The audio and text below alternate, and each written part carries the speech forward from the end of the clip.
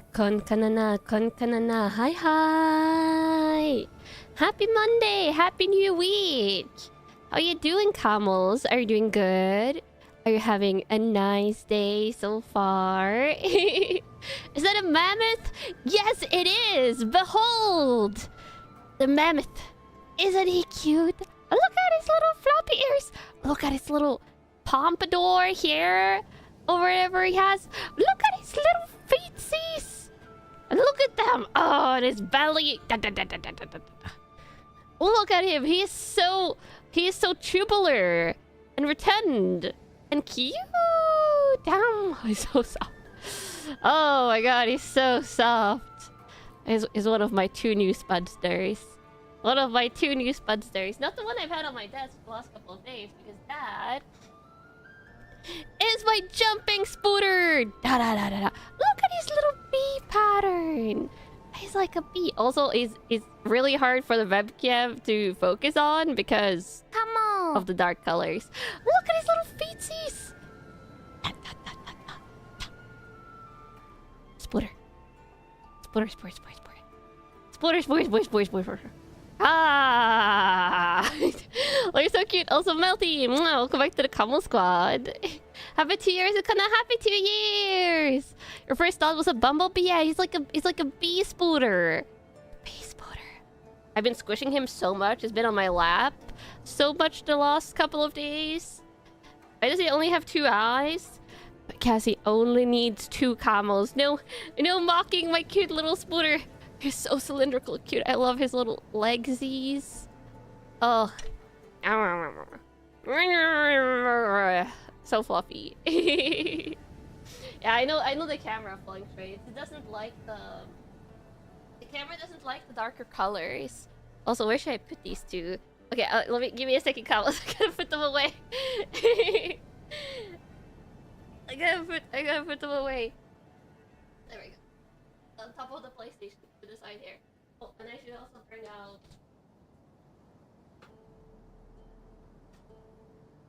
preemptively bringing out card sleeves for the cards. There we go. This guy can be on my desk though. Little duck can be on the desk. Oh yeah, that's the little show and tell. And then this guy is he doesn't take up a lot of space, so he lives on my desk now. And he's so cute. He's much squished. Much squished, yeah. Ow. Yeah, my grumpy duck. Always gets floof in his eyes. And then I feel compelled to fix it. Oh yeah! Happy Monday, camels! Happy new week! Happy normal day cards and knitting stream, as per always. As per always on Mondays. And I will say, this is the first time in 2 hours that I'm actually sitting down and not doing anything. because for the last 2 hours, I've been running around. I spent, actually, like, since kind of this tree today, for the last, like, 3 hours, I've been running around, kind of. Though for, like, a little bit, like, of a half hour in between 3 and 4. I also relaxed, but I spent over half an hour, like, thoroughly vacuum cleaning again today. Because I got my new vacuum cleaner. So instead of just doing a normal vacuum cleaner, I did a thorough one. Which is kind of fun. I don't know. It's fun to clean when you have new stuff to clean with. You always have to do something. I mean, there's a difference between doing chores running around and then just, I don't know, gaming or knitting and doing something fun something. And I've been doing chores for most of today. So I did that. I actually, wait, the last couple of days, or like the last week plus, I feel like I'm in a delayed spring cleaning mood. Maybe it's because it's finally gotten like hot here for summer. Because spring is such a mixed bag of weather here in Norway. It's like winter light for the majority of spring. Actually heavy winter for part of what would be called a spring month. But I actually unpacked the big box that I had like underneath my dining table, which is like the biggest box from the move. It had cat tree parts in it for a cat tree that I'm not planning on using anytime soon. So I put that out in my storage shed. But it also had like the majority of my summer shoes in it. So it's a good thing I unpacked it, because I was wondering where those shoes were, and they were all in that box as well. It was mainly shoes and cat tree stuff. Also, Super Bold! Mwah! Welcome back to the Kamo Squad. Thank you for being the sweetest Oshi you could ever ask for. Even if I'm busy, know we're cheering each other on. Oh, that's so sweet, Kamos. Sweetie, sweetie. But yeah, Super Bold, welcome back, welcome back. But yeah, so I found my summer shoes, which this is the season for summer. And that's good. So yes, I did that. I unpacked the box that's just been sitting on top of my dining table for forever. And I did a tiny bit. I have like still like way more boxes and stuff that need to be organized. I need to reorganize my ASMR stuff, because even though like all the ASMR stuff are where the ASMR stuff is supposed to be, all the drawers of them are just a mess. So I still have things to do, but I've actually like done stuff the last like week plus on and off, and might also be contributing to why I've been so exhausted at times, because you know me, Kamals, I get bursts of energy and then I do stuff, and then oh yeah, these are like fingerless gloves. They're fingerless gloves. But yeah, I get bursts of energy and I do stuff, and then it exhausts me because of my chronic illness. So I go like this, like like with my energy levels. And the higher the highs, the lower the lows. It's like just don't overexert myself. Yeah, I try when I see that like I'm kind of starting to run on empty now a little bit, because I did a lot of stuff today. I gotta try and not do a lot of stuff after stream.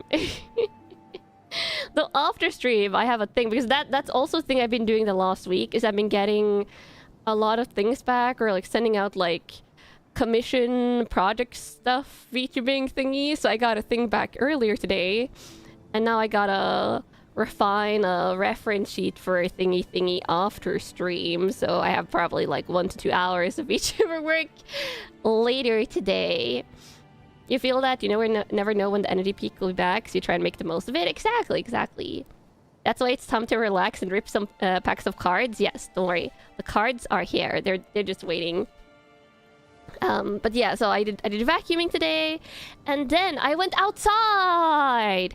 I touched a flower, in which I took a picture. That maybe I'll remember to post on Twitter later. But I went outside, picked up 2 packages. One of which was my... Kamos! I'm so shooketh! Okay, so you guys know I bought a hard drive for having like all the ASMR streams on it. Which, thank you to the Kamo that put that on the drive for me. Google Drive. I'll try and download them today or tomorrow. But look how small it is! Kamos, I told you I have like a 2 terabyte one. This is like a 4 terabyte one. But it's like 1/6 the size of my other one. And it doesn't need a power cable. It only came with like this little cable. And I'm just like, it's so tiny. It's super tiny. I was like, I didn't know they got this small. It's probably also because the one I have is over 10 years old at this point. So the technology has obviously moved in the last 10 years. How huge is the other one? The other one is like this. Like a little bit more like rectangular. But it's like around the size of this booster box. So it's so tiny, and it's like twice the storage size. You have a Seagate that's even thinner than this one. Insane. Oh, wait until I see how small an actual SSD is. Whoa.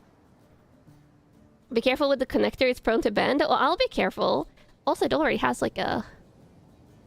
I'm assuming it's supposed to be like this, right?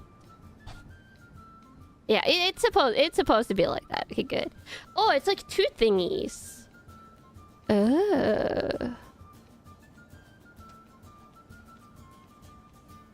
Stop focusing on the bunny in the background. Okay, but yeah, I opened it. I was like, it's so tiny. Also, by the way, Kamals, you want to know the hilarious part? So I told you guys I bought like a silicone like wrist rest for my keyboard that they shipped in like a cardboard box inside a cardboard box, as if they were shipping like expensive China or something. Like, it was so excessively packaged right. This hard drive I got from the same like tech website. It was shipped in a flimsy bubble envelope. That's it. Like a flimsy bubble envelope. And that was like obviously in the cardboard box that was around it. But they shipped like a silicone wrist wrench, which you can like drop from an 8th floor as if it was delicate china. And then they put that hard drive, like that external hard drive, just in a bubble envelope. And I was like, how? Make it make sense. That was the same place. Yeah, it was the same place. I'm assuming it's different stores maybe, because they have several locations, so they probably weren't shipped from the same warehouse or store, but it's still insane to me. Yeah. Did they mix up which went with which package? No, probably not. It's just I don't know, it's crazy. When I picked it up at the grocery store and I got like the little bubble envelope, I was like, huh. Internally, because I knew what was in it, I was like, huh. I was expecting like another big box like last time, especially since this was an actual, you know, fragile electronic item, but yeah, apparently not. But yes, I picked up the packages. I went to the grocery store to buy toilet paper because I was starting to run low. And then I came home, jumped in the shower, and made dinner and fed the cats and have dinner, and now I'm here. And that's a lot of what I've done with my day. Also did a lot of VTuber work earlier today. So I just been zim zim zim zim zim zim zim zim zim since I woke up. And I haven't taken a nap because I wouldn't have had time. But yeah, not Saturday, Monday. Yeah, it's Happy Monday today. Hi, if you're jumping in. Yeah, I had a busier day than you, and you had a work day. I mean, some days are just busy. Very, very productive. But I think I'm also going to crash energy level wise. I can feel my energy levels like being on a downwards trend right now. So we'll see how they hold up during the stream. But yeah. Card opening though. We're opening cards today of duel variety, but not dueling in the Yu-Gi-Oh sense. Duel Masters. I should turn off the autofocus. Let me fix this. Oop. There we go. Wednesday, Kanna is just going to be a puddle at this point. Yeah, on Wednesday, I'll probably be napping a lot. Look at the discount Goku. Oh yeah, he is kind of Goku-like. He is very Goku with this color palette and the hair. But it's the Duel Masters character. I think this guy is... I've seen him on several boxes. But yeah, it's Duel Masters. And for those of you that don't know, this always fascinates me, is that it's made by Wizards of the Coast in Japan. And Wizards of the Coast, of course, makes Magic the Gathering. But they don't make Duel Masters in English, so it's Japanese cards. It's Win and Shobu. Ah, so those are the character names. This is DM26-RP1, which is the most recent main booster set in Japanese. So this is actually a super newly released one. And it has some really cool stuff in it. Really cool creatures, as per always, and cute girl promos. And this is the big monster chase. This guy, if I can pull him. Hoping I can pull the blue dragon key art. Looks so cool. Yeah, he is the big chase of the box. Though there is some cute girl chases. They are in the promo packs, I think, though. Win is the current era's protagonist, and Shobi was the first one. Ah, I see. This is Volmatus Retrain. Ah. Yeah, I don't know the name of monsters usually in Duel Masters. I just really like this TCG for the art. And also because I used to play Duel Masters way back in the day when it still existed in English. Also, hi for dropping in. Kanna. Ah, here we go. I think this is 25th anniversary Doragon Musume. Yeah, this is the dragon girl, like the cute girl promos. I will wait until the end of the box to open this because this is going to be a full art cute girl card. You honestly really like the pack art and the style? Yeah, it's so cool. Okay, there we go. I'll open the left side first, as always. Teasing?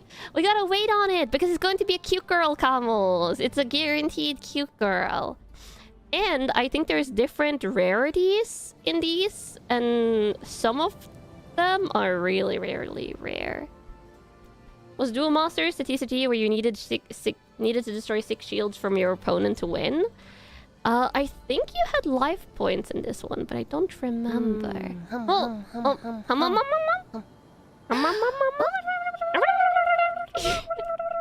Wait! That was the... Wait, no, thank you for the 77.77 coins. That was the big one. Big luck boost. Big luck boost indeed. Indeed. Let's hope I get the blue one then. Let's hope I get Sir Blue Guy. Oh no, it was 5 shields. Ah. You can still play via Duel Master Plays. You just need to go through installing an English patch. Oh wait, you can play the online one in English? I didn't realize. Now you're tempting me, Cobbles. Okay, let's see if the luck holds up. We're starting with a building mecha. Mecha. Plays like the Digimon TCG, 5 shields and a final attack. Ah, so that's what it's plays like currently. Ooh, I like this one. It's like a stylized, almost kind of like superhero punch. Yeah, superhero punch like. Also, I think I need to set my focus a little bit better. Let me use this art for it. Give me a second.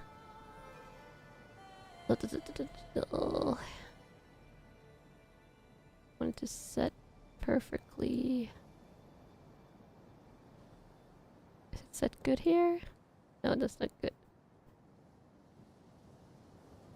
Is this good? Oh god, it's also always so hard to get like the focus exactly right. This is castle spell. Oh, Castro. This is plus 1 Frema. Plus 1 frame. Ooh, chicken! We got fire chicken. And we got a treasure card. Yeah. They always do the fancy borders for these, but these are still just common ones. Oh, I really like the fancy borders. Some of the ones that have these borders go full art. This is just normal art though. Burb already? Yes, burb. And then... Oh! Ooh! Okay, first SR already. It's some kind of space water dragon? No, I think it's a water dragon. Ooh, fancy. This is SR, the super rares. Usually you get like 4+ in a box. This set coincides with the manga where Rin ends up in the previous era, even though his era is a separate timeline. Oh, I see. So this is a time travel set. Bike and retrain, yeah. Nibaiken. The gold armor looks good, yeah, and I like the hollow in the back. Really nice looking. And then the rare, whoa, plant building. Kind of reminds you of the ancient fairy dragon from Yu-Gi-Oh! Yeah. Giant evil plant building. Rose. Castle. Yeah, Rose Castle, I think. And cool to creepy. That's how it goes. Let's see. Next door.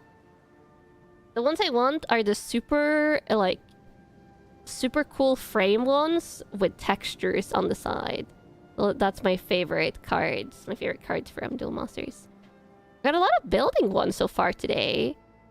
Got a Japanese castle with a lion dog statue. Ooh, some cannons firing. Castle spells are a pretty old gimmick. Ah. Oh, got a murder puppet girl. It's another subtype. Kaitai ningyo. Segaru? No, Jegaru. Jegaru, I think. Mm-hmm. Cute. Oh! Another SR! Ooh! Just back to back. What is this guy? He looks like something out of Elden Ring. Some kind of mysterious candle demon mage? Definitely a mage of some kind. Ooh. Venma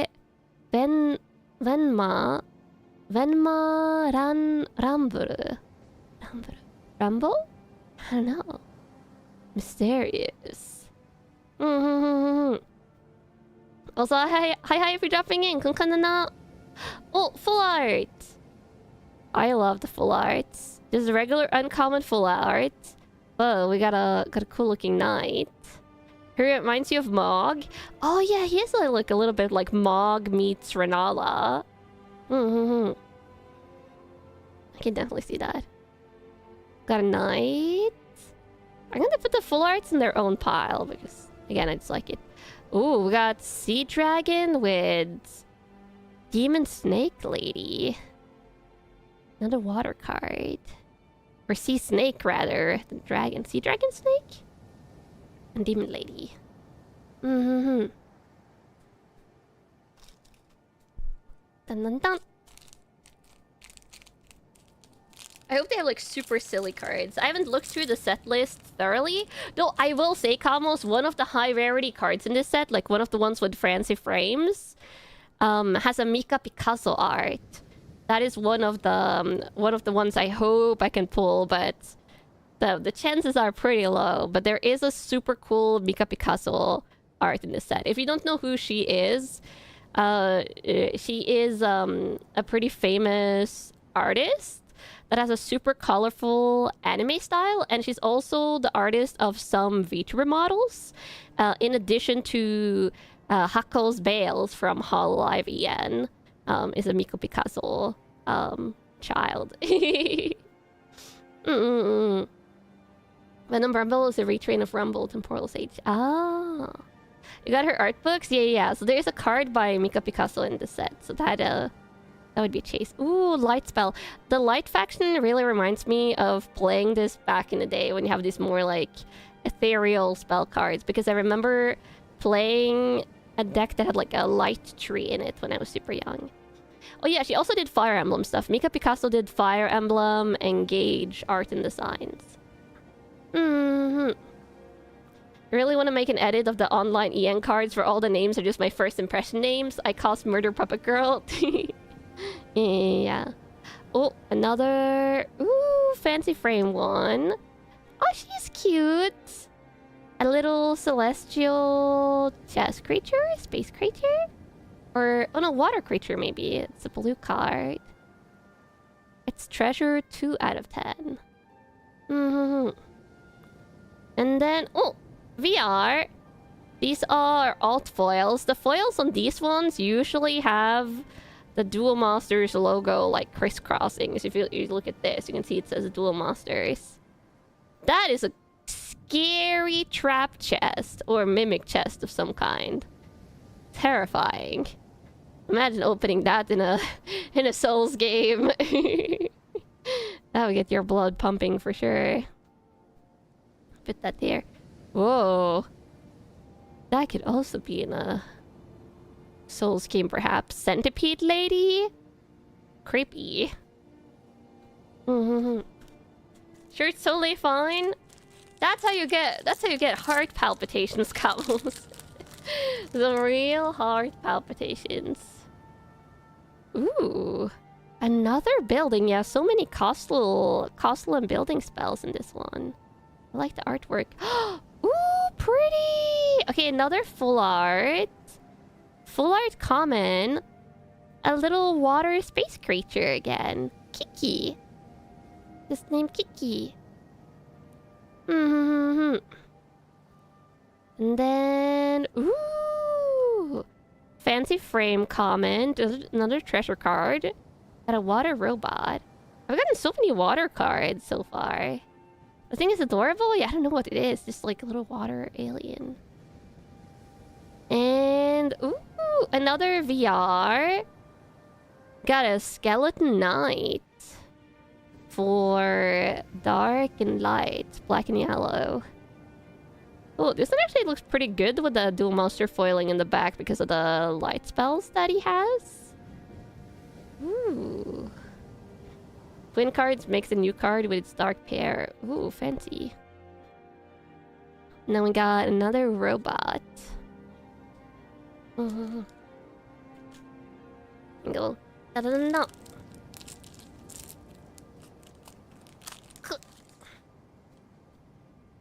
The skeleton knight looks like it's from Warhammer 40k. Yeah. Fire chicken! Look at him! So cute!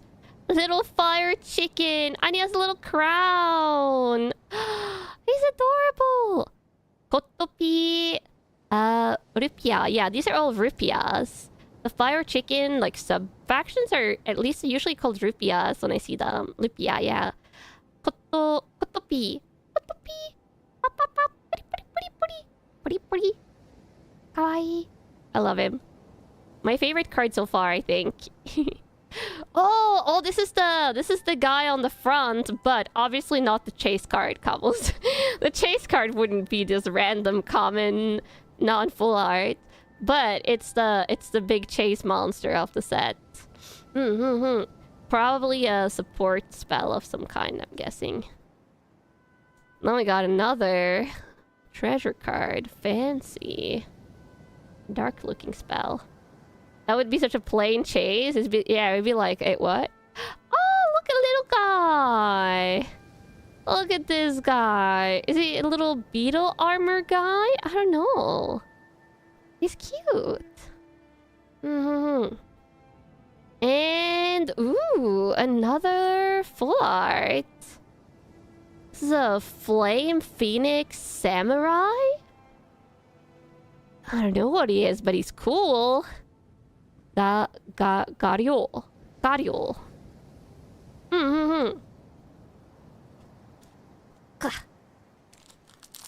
Little beetle guy with jet engine hands? Yeah, the little beetle guy was cute. Okay, haven't gotten any big hits yet, but crossing my fingers. Oh, we got a giant tower and then all the little creatures here on the bottom. Some of the creatures I recognize from previous card openings, like this girl. This ice girl I've seen several times. Oh, lizard cyborg. Treasure card, and it's a fighter jet of some kind. Pretty. Cute. And ooh. Water alien. Haku. Water alien space card. It's full art. Pretty. And another, yeah, there's a lot of water cards. Water eldritch creature with a saw blade arm. Ooh, they better not put something like this in Subnautica. That's going to be too scary for me. A little bit nightmare-inducing and scary. Which, by the way, I watched a video. There was someone that... Oh, wait, I recognize this! This card I recognize from back in the day! Is this an old art? Okay, those of you that are like... I know a couple of you are into Duel Masters. Is this a new card of an old card? Because I swear I've seen this before. Like, little me. Terror Pit. Yeah. Yeah, this one was like... Back in like 20 years ago or something. This was a card. Old spell? Yeah, an old spell. Nice. But yeah, also, I was going to say... Well, yeah, I saw someone made a video of like Subnautica 2, but what it looks like if you remove the fog from it. And I watched quite a bit of that, and it removes so much of the fair. Who knew that like so much of your fare in Subnautica is all caused by fog? Like underwater fog. Fog gone, fare gone. Ooh, a little fire dragon guy being attacked by whatever these demons are. Mm-hmm. Whoa! Whoa! This is an SR! That's so pretty! Another water alien girl. It's fun how much some cards stick with you even 10, 15 years later. Yeah, and for this, it's like over 20 years since I played this back in the day. Kiriko? Yeah, Kiriko. Whoa, okay, this is the prettiest card so far, I think. The holo looks really cool. It looks like she's singing or doing some kind of like sonic sound attack. Super pretty. Yeah, the colors are great as well. Very marine colors. Well, we'll see an SR or a VR actually. SR. Yeah, SR. SR pile. And then we got another edgy dragon and a castle, a building again. Dragon building. Fancy. Oh, Kiriko is another classic? Oh, interesting. Okay, let me just pull out. It's a little bit hard to take the packs out individually. There we go. Just repositioning the left side packs. Still have quite a bit left on the left side. Ooh, he looks like a classic Gundam mecha got spliced into an angelic mech of some kind. I don't know, his face like reads slightly classic Gundam, but his body is not. Oh, another castle. A snowman castle? Oh, look at him. He has like angry eyebrows and a frowny face. Darumandi. Like a Daruma. That is a description? Yeah, Chibi Gundam. Light civilization is usually angelic. Ah. Yeah, we've got water alien. And, ooh. Water sacrificial altar, maybe? Of some kind? Whoa. I like the look of that. Finally caught a stream on time? Oh, hi. And then we got an insect sage? I think? It's nature, so that makes sense. Ugh. Sacrificial altar? I don't know. My brain tells me sacrificial altar. Could be non-sacrificial altar, but gotta go with your brain thing. Let me turn up my music a tiny bit. Ooh. Some kind of war is going on here. 1, 2, 3 factions. I think that's the Rose Hotel, the Rose Castle thingy from earlier. Mysterious. Ooh, another full art. Phoenix? Demon flames? Hono. Yeah, it is Fushoku no Hono. So definitely flames. Cool. Well, more angelic looking mechas. And oh, Pegasus mecha. And oh, space station that kind of on the frontier reminds me of a AT-AT. Oh, I think it's another perspective of the fire card I just had because the Rose Hotel building castle thingy is in the back here. Definitely some battles going on. Hi for dropping in. Kanna. Welcome to the chill card opening. Where I'm chasing the pretty cards. Oh, whoa! Look at this death guy in the background. Yeah, these guys are all running. Angelic mech with a little army of tiny guys? Fascinating. Whoa! And is it Ganesh, the Hindu elephant god? Reminds me of that with double snake. Whoa, fancy. The rendering on this card is so good. And it's a full art. Yeah, Ganesha, yeah. With double snakes. This is really good rendering, like for the high realism style. Oh, another VR alt foil. Ooh, this guy is a mask mecha. He has like masks on his knees, masks on his arms, and a samurai looking mask. Fancy. And the rare, ooh. It's huge demon phoenix looking one.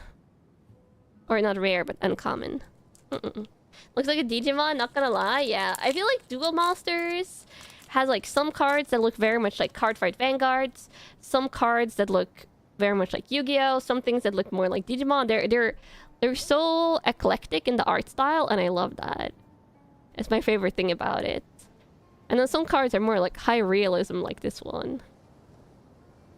Whoa, yeah, look at this. This is so trippy. This reminds me of an old card. Ooh, it's a treasure card. Look at it. Look at a eyeball hand and a forest. The color scheme is so Magic the Gathering. That makes a lot of sense because this is made by Wizards of the Coast, which is Magic the Gathering. And then we have a little frog creature here at the bottom. Yeah, I don't know. This feels familiar. Not as familiar as the other card I saw, but feels familiar. Ooh, and then another full art. A dragon mech. Armor dragon? Fancy. Dragoon. Dragoon, it says. And... celestial flying swords. You see, that's why it's so Magic the Gathering? Yeah. Okay, I have 5 packs left on the left side, I think. Okay, big hits, big hits, big hits. I think you can get multiple big hits. I did watch or skim through like a opening of one of these booster boxes. I kind of skimmed through the end to see like how many hits you can expect. And I think the person that I watched had 3 big hits in the box, though you never know.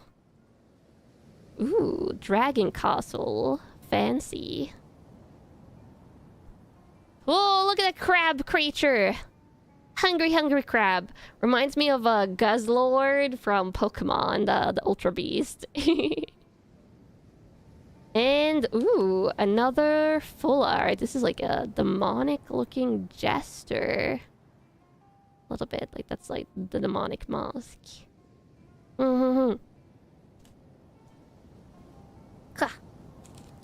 Next up. This just means I'll get the rarest card combos. The high rarity cards are hiding. There's the giant crab enemy, yeah. Snowball Fort. Oh, this one feels retro as well. +1. Geto. Yeah, I think all these like +1 cards are older ones. This one feels familiar. Oh, we got Alien Water Girl. In a suit this time. Cute. Light Nature Pegasus? Leomon, is that you? Probably not Leomon, but I can see the resemblance. Okay, 3 packs on the left side. Oh, you know about the series, the main character Shobu? He was on the box for today. Got a castle gate, maybe? Well, fancy frame treasure card. Little mecha lizards. Ooh, another VR. This is a undersea eldritch demonic creature of some kind. That looks like straight out of Dark Souls meets Lovecraft. Like Dark Souls dragons meet Lovecraftian creatures, and they had a baby, and it was this thing. Original. Yes, truly original. It's like I can't see where there's 1 head, 2 head, 3 heads, some kind of leech looking part. Put this thing in Subnautica 2? No, I would just never open Subnautica 2 again in my life. Okay, full art. Okay, second to last pack on the left side. Why do you see the face of an old tree? I mean, that's the eldritch feel of it all, I think. Let me see the packs here in the back. Squish them down. You got gate. The war-looking one. Ooh, what is this guy? Fancy. Oh! No! It's a hit, Camus! It's a hit! Look at that. Oh, this is why I love Duel Masters. The hits are so good. Woo! That looks awesome. This is a full art. Let me put him here.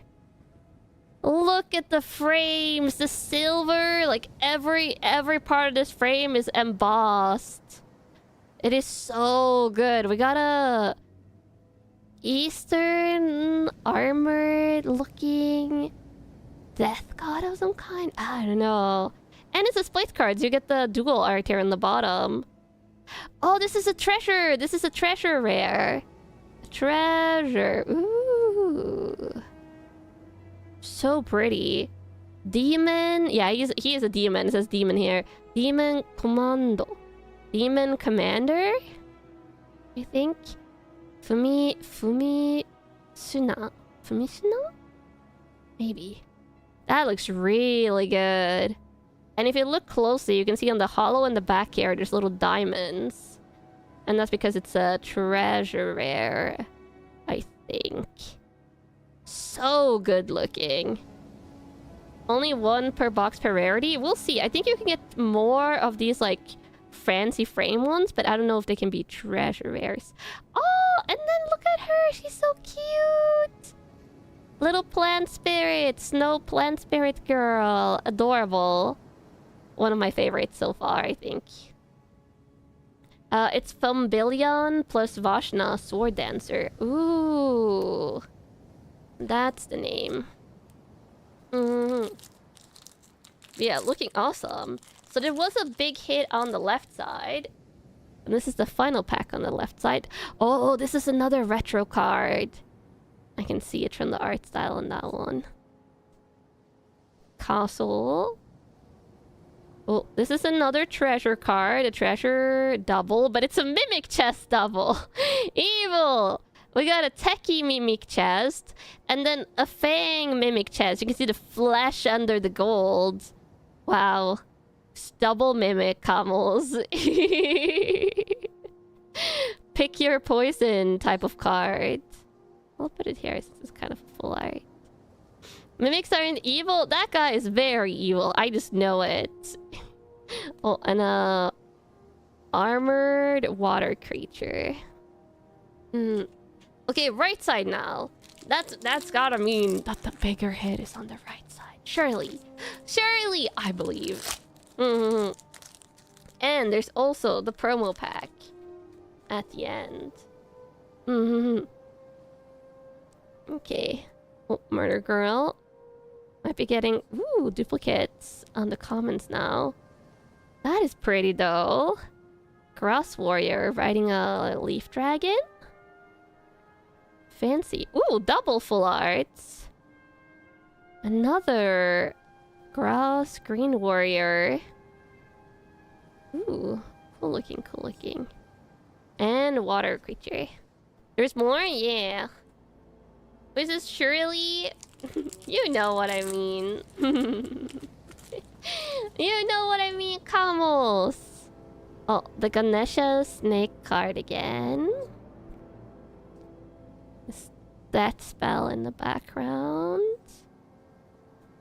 Oh, mecha lizards.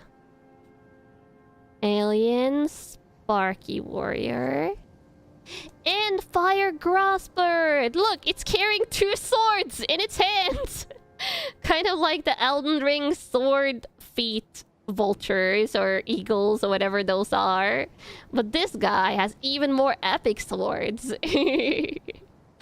I really hope that FromSoft isn't watching and getting ideas, because those birds were a menace in Elden Ring. They were absolutely torture in the area they were in.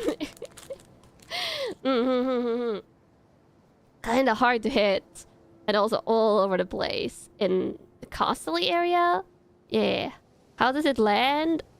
Maybe it just always flies. Those accursed sword birds? Yeah, exactly. You know what I'm talking about. Oh, look at this! This is another alt foil, and it's a little cute, like, blob dragon rocket head creature. I don't know what he is, but he's so adorable. Who doesn't love this face? He kind of reminds me of the watermelon. Like red watermelon with seeds. Little cutie guy. Flying celestial swords. And the evil-looking jester.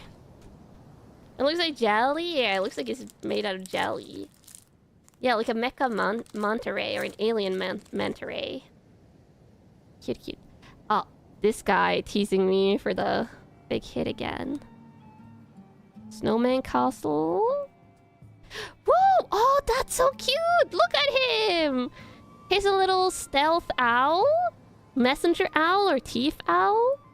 Yatto Paoru. Yatto Paoru. He's cute. Kawaii! I love him. He's very anime.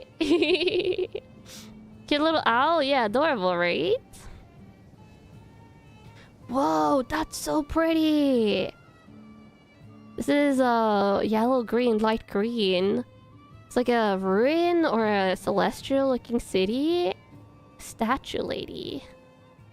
Elsa Motta, the creature that follows wind in the current events of the manga. Oh, this guy?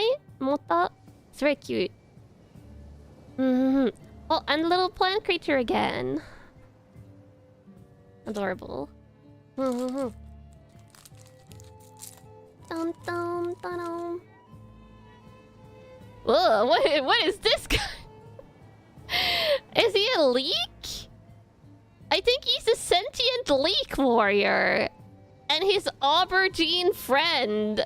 And anthropomorphic leak and aubergine warriors. You love him? He looks so... cocky. And like self-assured. Yeah, this guy is holding like a giant like wooden club. This guy is holding some sort of fencing sword made out of a leek. And he is a leek. And this guy is an aubergine because you can see his little aubergine hat. That is aggressively Stokia. Yeah, it's a little bit like Cardford Vanguard Stokia. To be cursed? Yeah, very cursed. Oh, a dragon building. Just flattening this guy on the ground. It looked like they could be comedic recurring villains in a JRPG. Oh, 100%. 100%. What is this? Mad Max looking demon? Crazy. Oh, and another cute little plant girl.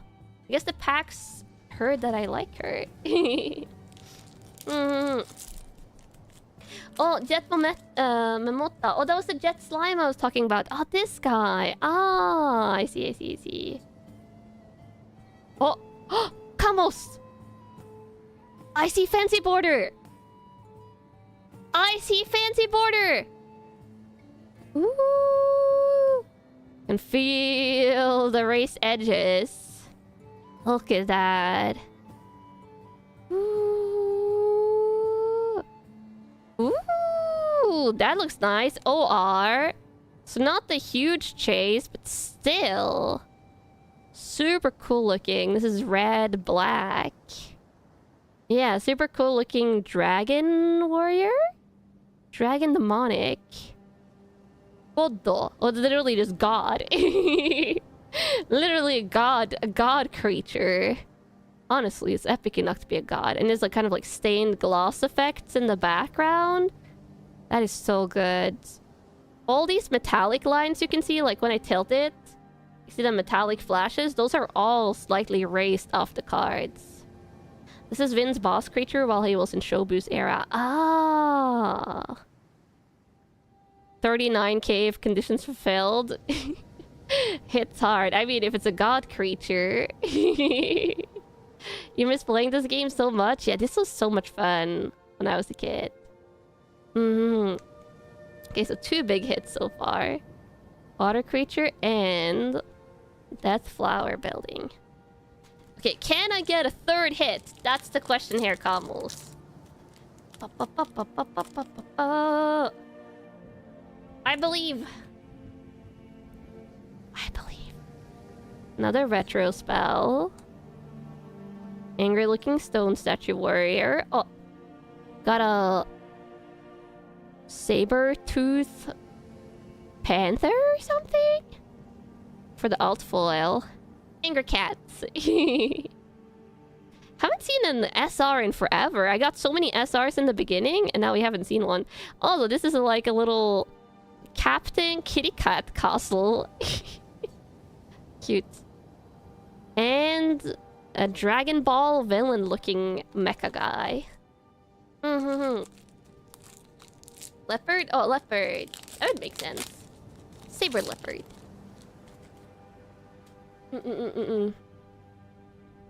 The little lizard being attacked by demons. A copy of my little Rupia! Kawaii! And oh! It? Oh no, it's just an SR. But the best looking SR so far. So it doesn't have the... Oh, it does have slightly raised edges actually. It has slightly raised edges, but doesn't have the shiny... Yeah, it's a character treasure. You have a character down here. And... a god-looking creature again. What duel are we talking about here? Is it it's Duel, but Duel Masters. This is Gilmon. Oh. Perfecto.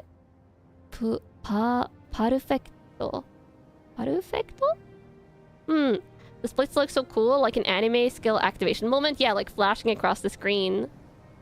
Do my locals have Duel Masters? Or do I just collect them? I live out in the middle of nowhere. So I have like locals for nothing. Like I live out in the country. But I like these for collecting them. Yeah, that's a cool rarity. Fireburb! A little... That looks like he got a hoodie from Ezreal from a attack Assassin's Creed, yeah. Assassin's Creed hoodie. The Fireburb! Garupia. Garupia. Chunky Rupia. Oh, info life.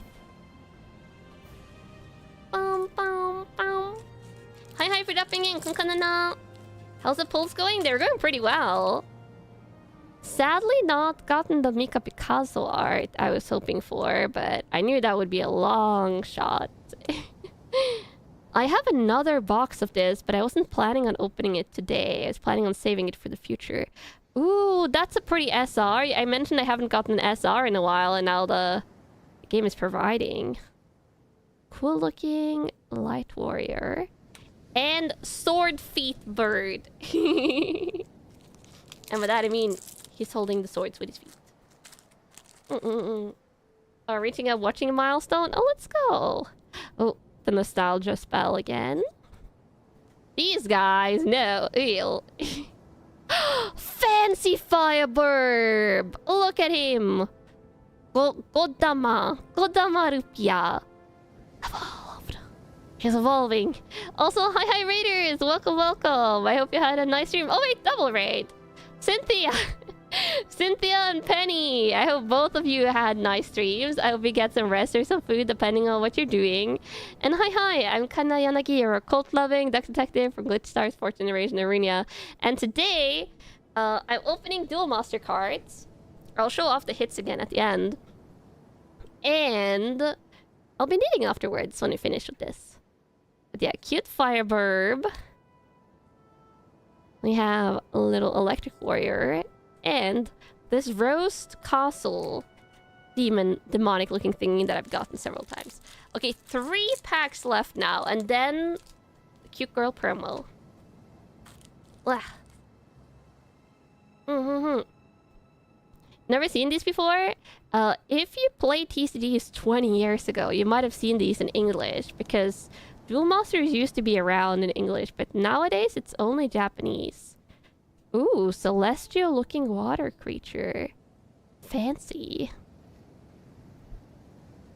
And then this duplicates. Oh wait, oh, I almost on instinct started opening the pack I had on. Oh wait, I had 3 packs left, not 2. Almost started opening the promo on instinct there. Gotta wait on that one. Cool cards? Yeah, I know, Penny. They're so cool, right? Sweet. Think you played Duel Masters on the GameCube once upon a time. Ooh. Back on the GameCube. Another Fireburb. You had the Bullshock Dragon toy as a kid? Ooh. Ooh, also... Another big hit! Another big hit! Yeah, there was also Duel Masters anime, for those of you that remember. I remember that being on TV. We got a gold border this time. So I got one that had a silver border. And then I got this one, which had kind of like the bronze and silver border. And this had the white pale border. This is gold.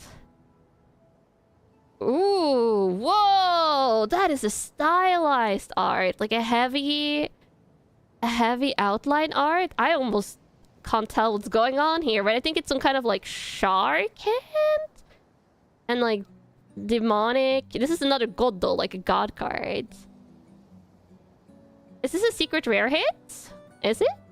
It says OR here, but it looks really nice. I like the heavy blacks on the outline. Ooh. Secret hit for heavy wind metal reversal dragon god. Ooh, fancy. This one has like a little bit of like western superhero comic aesthetics. And if you look on the foiling in the background, you can see like the black like dot style. Oh, is it for this guy? Oh, I can see that if it's this guy. Yeah, there's some kind of like the same like scale looking things, and you can kind of see the head here is the same as the head in the middle. Ah, that's cool. That's cool. You remember Bidaman? Ooh, I think so. Yeah, they have the same name. Ooh, that's kind of cool. There we go. Not cute girl rares, but if I can't get Amika Picasso art, I will take it.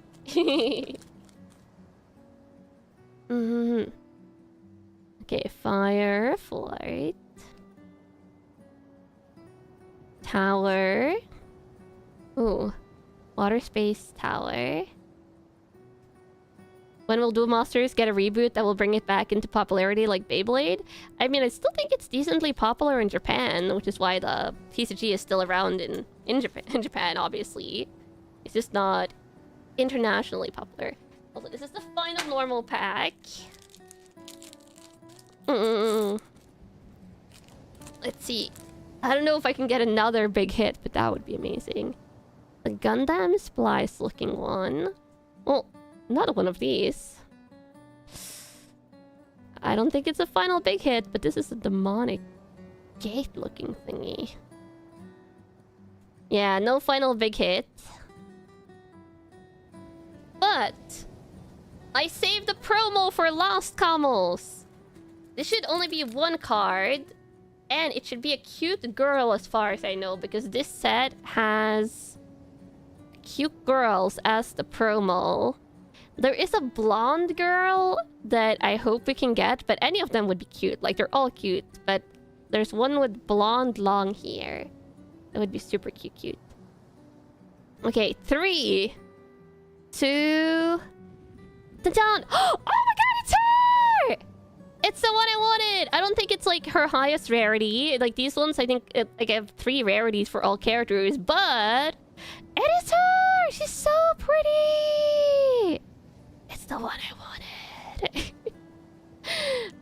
Zazan no Duel. Sazan's Jewel. She's so cute. She's like walking a red carpet. Insert sad trombone sound. I don't know. I got the girl I wanted. That's all I care about. And it's a full art. Which I think, funnily enough, the full arts are the lowest rarity. I think you can get full arts of these. Then you can get one that has like the cute girl, but they will have like a fancy border like this around it. And I think the highest rarity has like a rainbow thing in the back, and it does like a square cutout of the girls. Yeah. But yeah, she's a dragon girl. You can see her dragon horns. So pretty. Well, yeah, this is a really good box overall. I got like 5 bigger hits if you count the promo. Which honestly, compared to some other TCGs, they're not always this generous. Duel Masters isn't necessarily always this generous, but this box was really nice. No dupe? Yeah, no. I mean, no dupe on the high rarities. That would be kind of strange. But let me show you the zoom in. This is the one you can kind of see it a little bit if you look top right here. If you look on the white part here, top right, this part is raised. Which the other ones that have this white full border does not have. So this one is a little bit like up rarity. Now it's maybe easier to see what's going on here. And that's a very anime. Not raised like with a Z, but raised like it's like embossed up from the card. Yeah. And then we have this one, which is easier to see that it's raised because it's all silver and fancy. Super fancy border. Ooh. Yeah, look at the demonic. He's like a demon general. We have him in action in the bottom here. And then we got this one, which is the first version of the OR card. Yeah, he's a god creature. Fancy. And you can see the border all again with the raised embossing. Really love the metallic effects on these cards. So good. And then the alt version? With the gold border instead.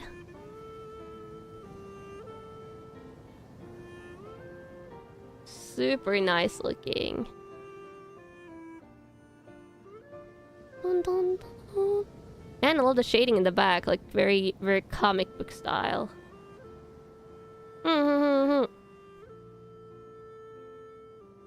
This set has cards with alphabet in its card name from A to Y, only 25 because it's the 25th anniversary set.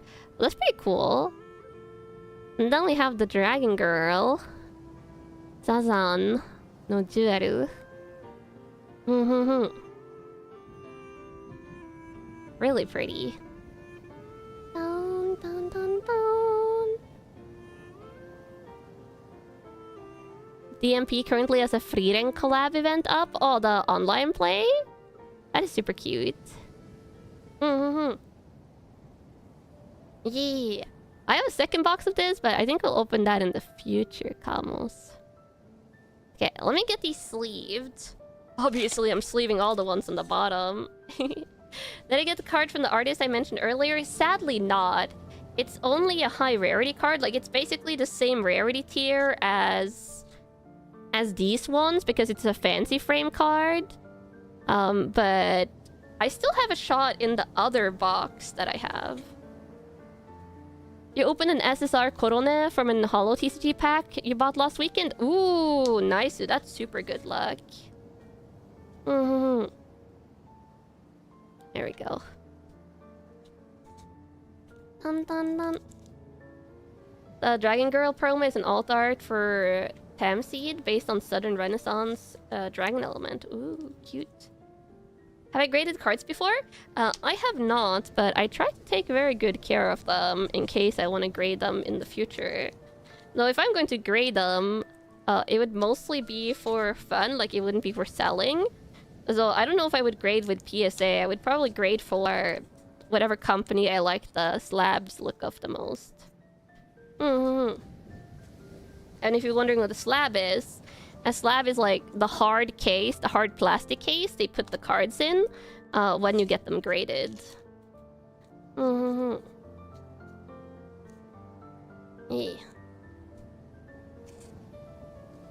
Dun, dun, dun, dun, dun, dun, dun, dun. grading doesn't always increase the value of the card. It's mostly if you can get like the highest possible grades on a card that it will increase the value. Otherwise, if you are going to sell cards, sometimes just keeping it like normal is fine.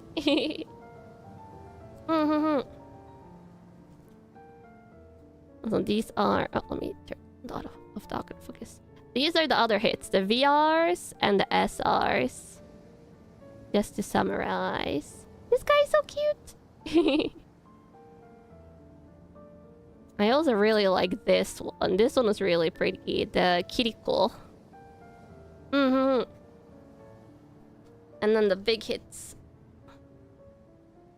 For anyone that wanted to skip to this part of the VOD. Which I know if you're watching like card openings for the card opening sake, some people like skipping to that. I am considering if I should top load any of these. I always want to top load. You know what? She's probably not the rarest one, but... I'm going to top load her.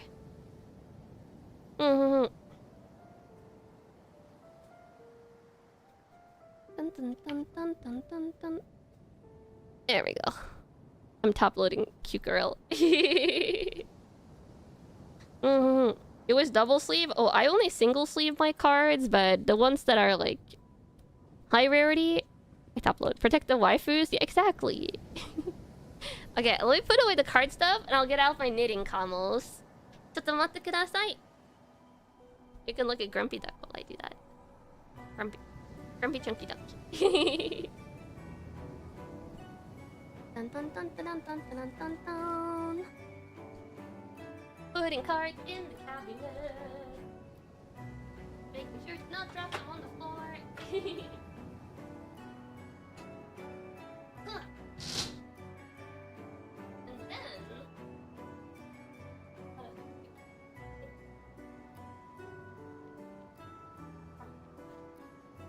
I have made so many camo beanies lately. I don't remember the last one I worked on stream, so just bring out the last ones I worked on. Like I made this one. I think it's the most recent one I finished, or this one. I don't know. I made so many lately. These are the 3 last ones I made.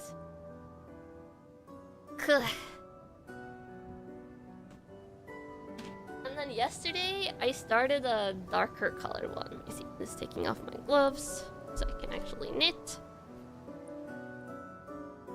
Yeah. The gold treasure I was aiming for was Yobinian Malulu. She's managed to get her own deck in the Doki Doki deck pack as an anniversary product where you get a full deck. Oh! That's pretty cool. Let me see. Also, let me switch around my music. Redo it from the wiki part again. I've been liking these fantasy game BGMs lately. Also, yeah, this one that I started most recently yesterday is going to be dark blue and dark gray.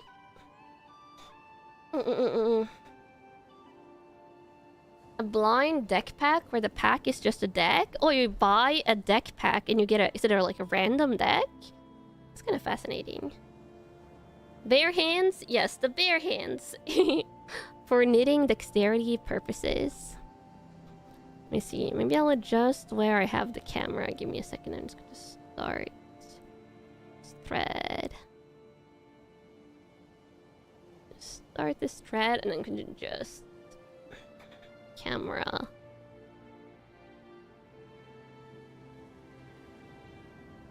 There we go. Yeah, this is better. Oh, did yesterday's work? Oh, the members VOD. It did get like a pretty big content ID claim for the Moomin music. So I probably won't use it often, but the VOD obviously is still up, so that's good.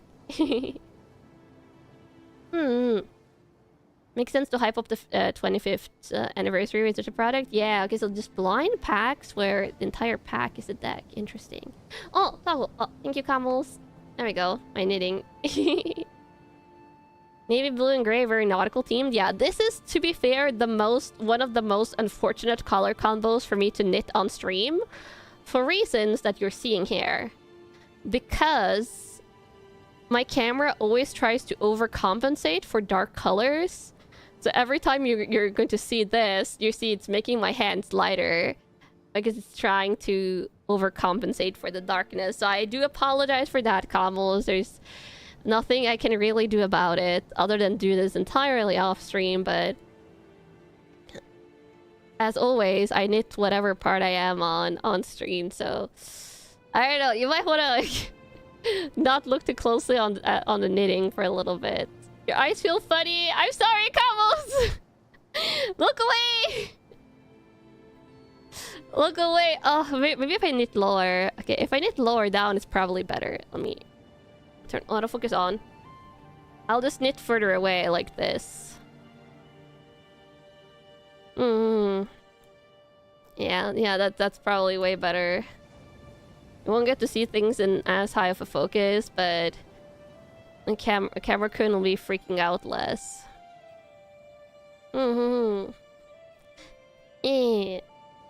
The camera just captures my shining radiance. It's making me even more radiant, Camels, and that's not necessarily a good thing. The perk of watching in 1440p is that it didn't make that much of a difference. Not enough resolution. Is the arm position comfortable for me, though? Oh, this is more how I knit off stream, actually, which is probably good.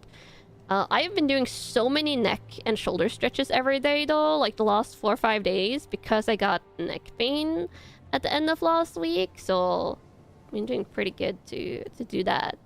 It's the only way I can keep up my knitting, because if I stop doing those shoulder stretches, then my shoulders are going to be like... from all the knitting I've been doing. That's a necessity. But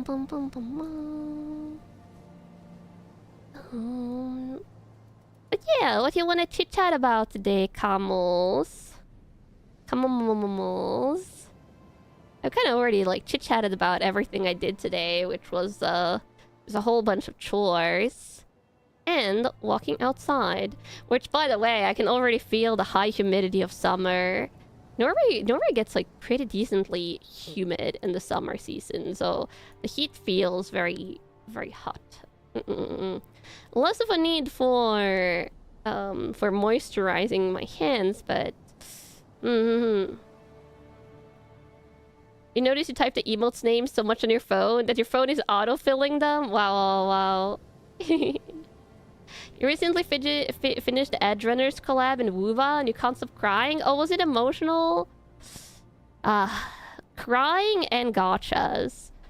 For some reason, that's a normal combo. You got neck pain all weekend? You think you slept in a weird position? Oh my god. Please do some neck stretches. Highly, highly recommend. Do you get annoying bugs during summer? Yes, it's one of the primary reasons why summer is my least favorite season. That and the heat. Bugs and heat. And that's why I hate summer.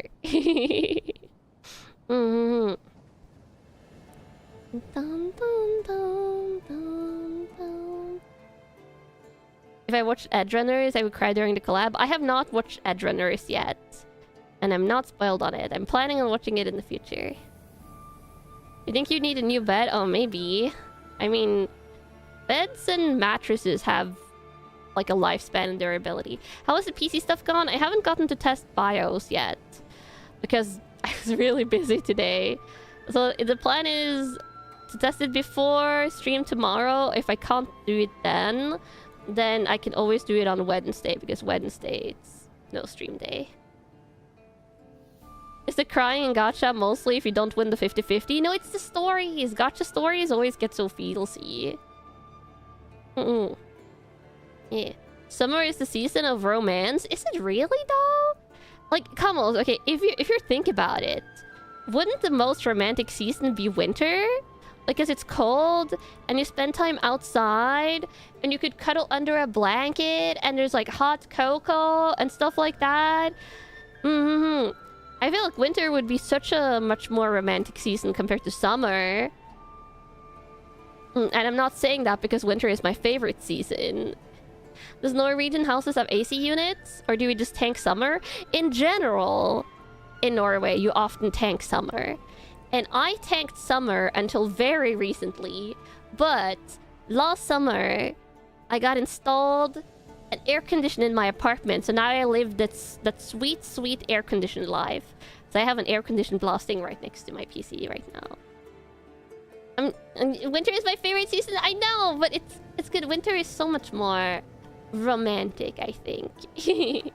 Not that I know much of romance personally, but I feel like winter just feels better. Because who would want to be outside during summer with the heat and the bugs, and then inside gets hot anyways? It's like, just, yeah, it's awful. Oh yeah. My air condition thingy is like a heating unit as well. So it does heating and it does air condition stuff. Yeah.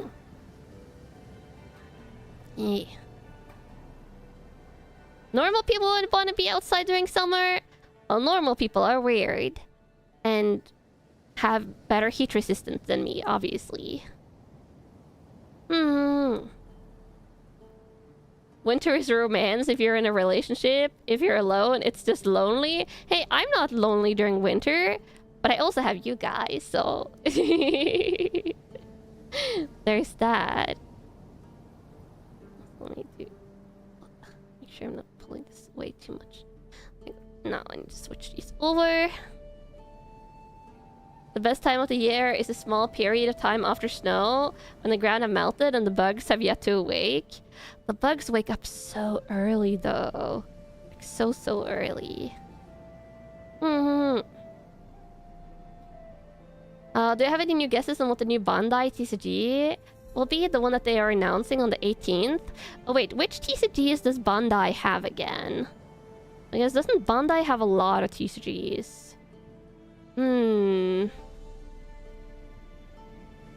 That could be a bunch of things. So now I have to start the pattern part. Oh no, put it. What's my favorite beverage in winter? Water. Apple juice. It would be hot cocoa, but I can't drink it because of my allergy condition anymore. Bandai has One Piece, Dragon Ball, Gundam, and Digimon. Ooh, so it could be another anime franchise then, perhaps? Like, I mean, that would be a safe bet, but I have no idea what. Or a gaming franchise. So hard to tell.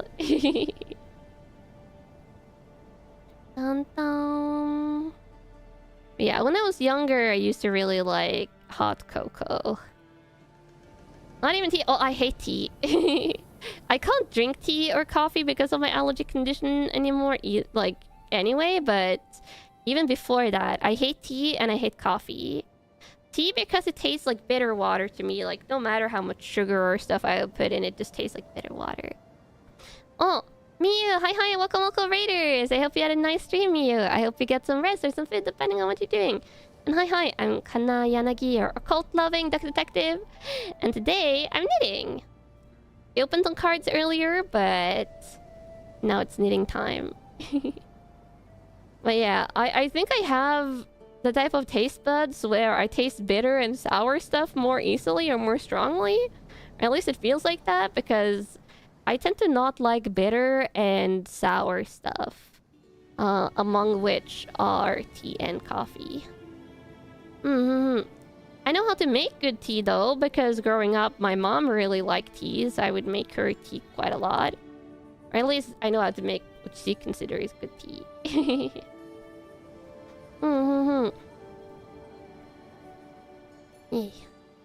But coffee, I will admit, the times I've tasted coffee in my life, it's only been just a sip, and then I would spit it out immediately because it's so bitter.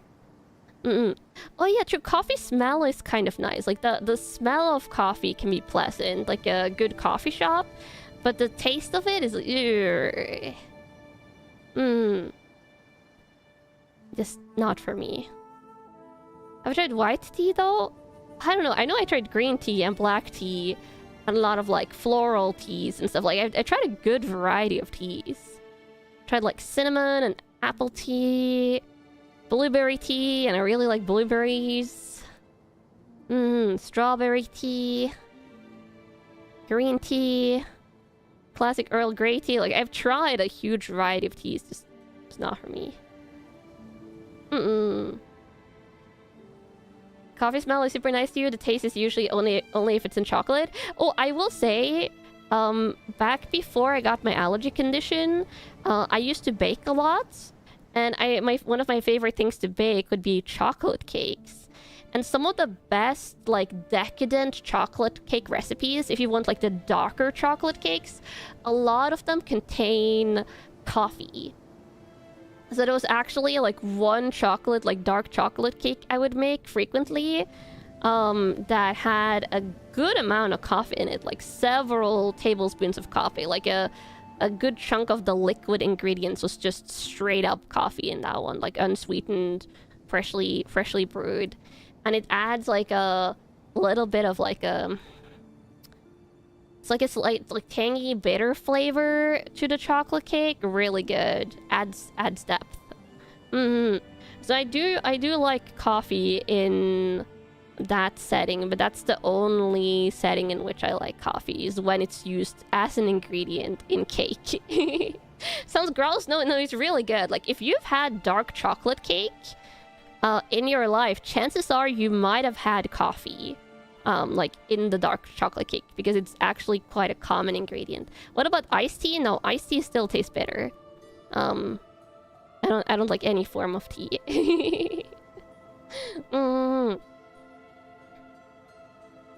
But chocolate and coffee goes well together.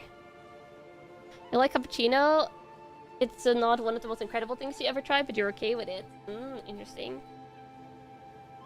It took an unhealthy amount of sugar to make coffee taste decent to you. I mean, that makes sense. That can explain why you don't like dark chocolate either. Oh yeah, if you don't like dark chocolate, then you probably don't like coffee in stuff, because usually it goes in dark chocolate stuff. Usually, at least. So focus. Oh my god. Cameron was like, ugh, no. I like white chocolate. White chocolate, like, before I got my allergy condition, wasn't my favorite. But now it's the only type of chocolate I could still, in theory, have. Because white chocolate doesn't contain the part of chocolate that I'm intolerant to. Yeah, food stuff is fascinating. It is fascinating. And baking is kind of like a science. Or really like a science. I will say though, dark chocolate is a range. And some dark chocolates are too dark for me. Like, if I'm going to straight up, like, again, I can't have this anymore, but we're talking like past me that didn't have a food allergy and condition and chronic illness stuff. I don't like dark chocolate when it tips the 80% darkness range. Like, that's when it gets way too much for me. I like dark chocolate at around 70% pureness. Yeah, there's a bitterness cutoff. Yeah, everyone probably has. Yeah, 85%. Yeah, 85% chocolate is really bitter. I don't like it.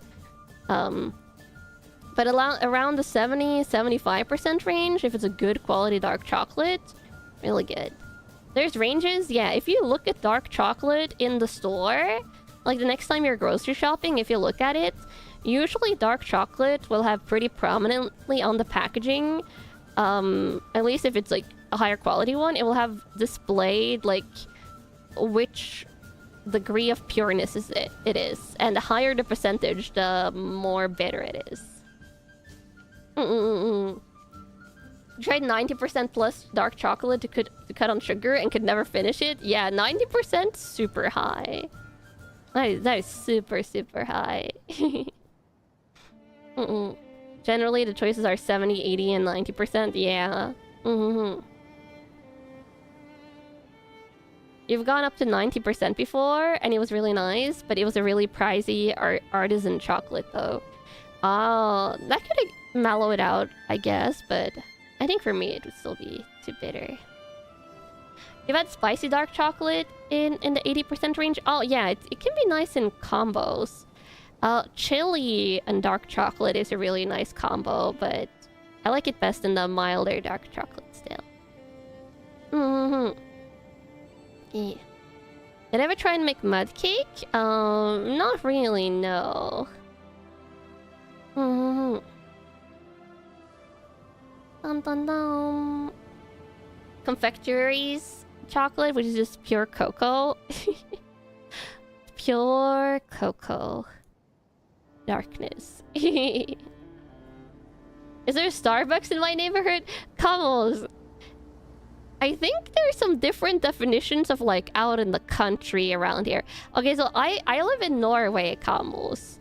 Norway as a whole, as the entire country, has like 5.5 million people. Like the capital of Norway doesn't reach 1 million. Like it's in the hundreds of thousands, like in the capital area in Oslo. But that's only if you count like the greater Oslo area. Like Norway is a long and narrow country. And when I say I live out in the country, there's a lot of Starbucks in Norway, but they're in bigger cities and towns and stuff. Oh, there's a decent amount of Starbucks here. But I live out in the country, Camels. There's not many amenities here. Not that I would use them, though, because I just drink water because I have an allergy condition. I'm not offended, Camels, but I'm just saying, like, when I say I live out in the country, I'm not saying I live out in the country in a village of 50,000 people. It's like, I live out in the country. And when you live out in the country in Norway, usually the population is between 500 and 5,000 people. Like, that's what we're talking. And sometimes it's like in a clustered geographical area. Other times it's like spread over a huge geographical area. So, for example, like where my mom lived out of the country before she moved. She literally doesn't live in Norway anymore. But before she moved, she lived out in the country in a municipality that had like 3,000 people. But it was spread over a huge geographical area.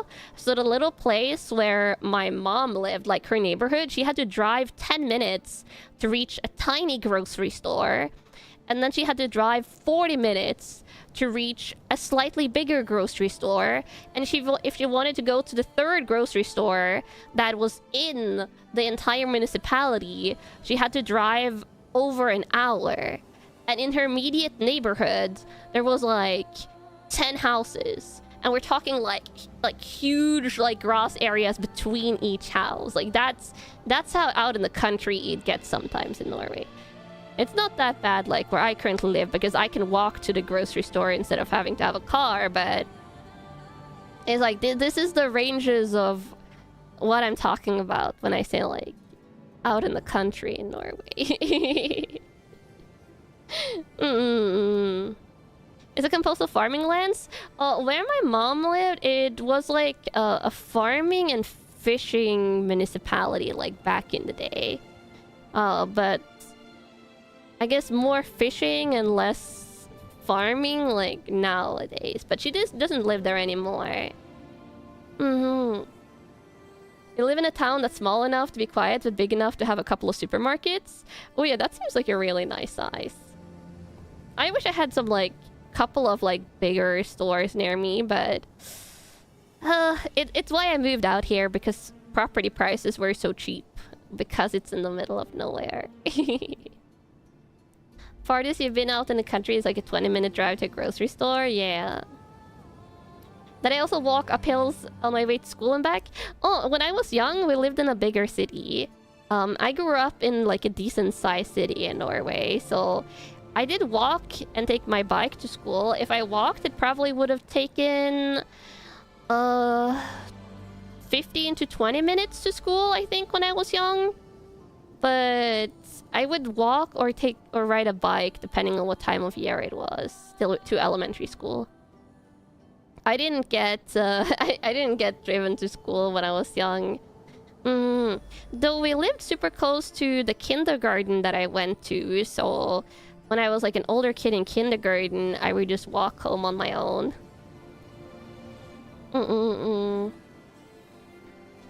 You'd like to live in the country like that, but in the Netherlands, the middle of nowhere? Oh, in the Netherlands, in the middle of nowhere, costs you way more than in towns. Oh, that's an interesting flip. Was I scared to have my bike stolen?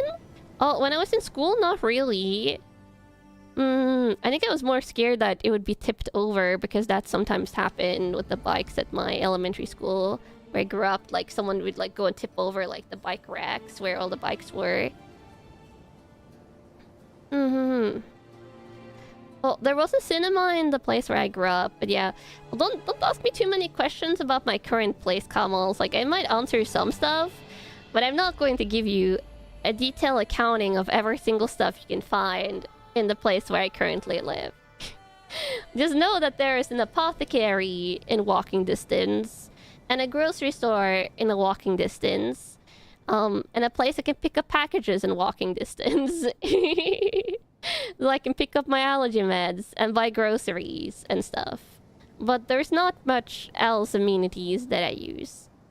And there's like a doctor's office in a decent walking distance as well, which is nice because you have to have like a general practitioner and stuff.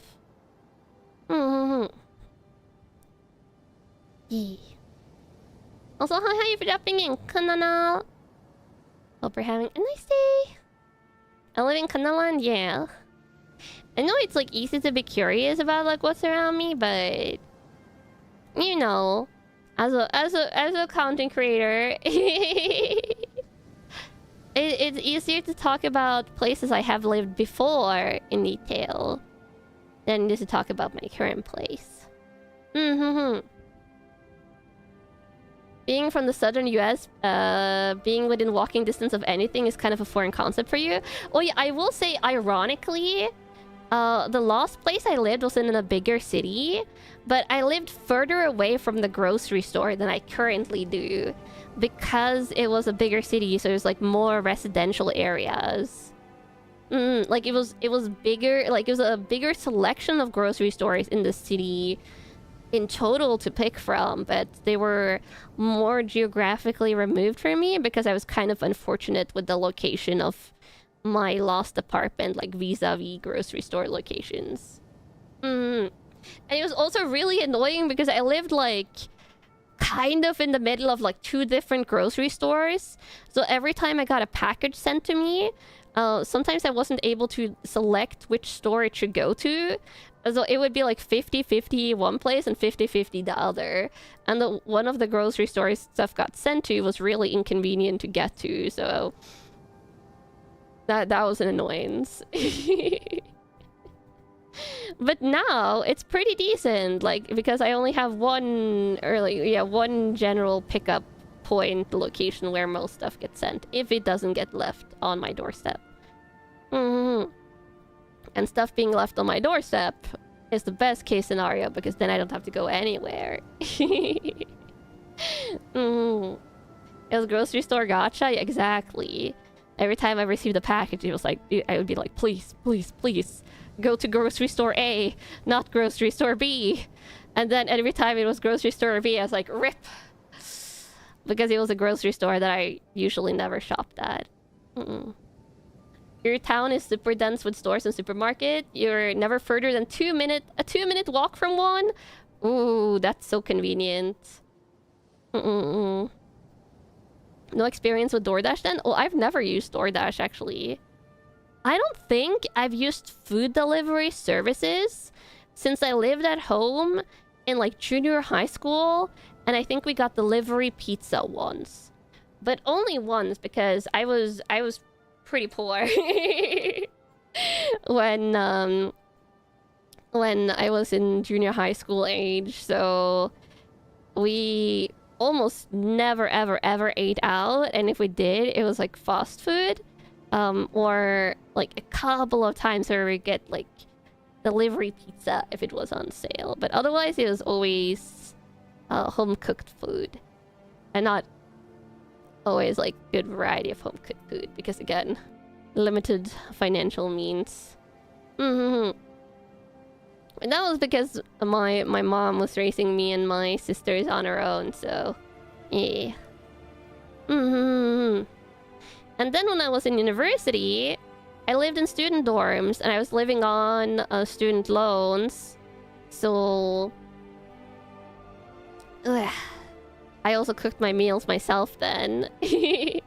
I didn't really eat that. I only ate... I mentioned this before, but me and my study group, we would eat out around exam time once a semester, kind of. And we had an Asian restaurant we would go to.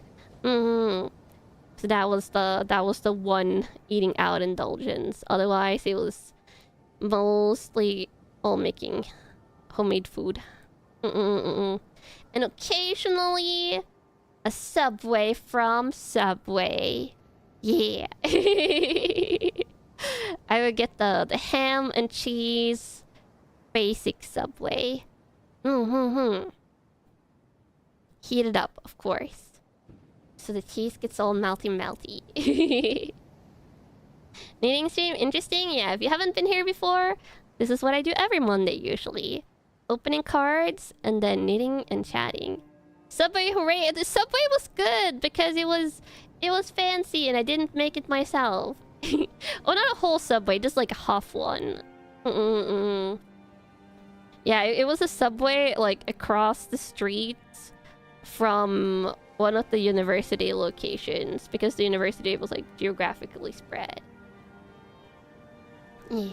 Well, my student housing wasn't near the university building. I had to take public transport each day to get to university.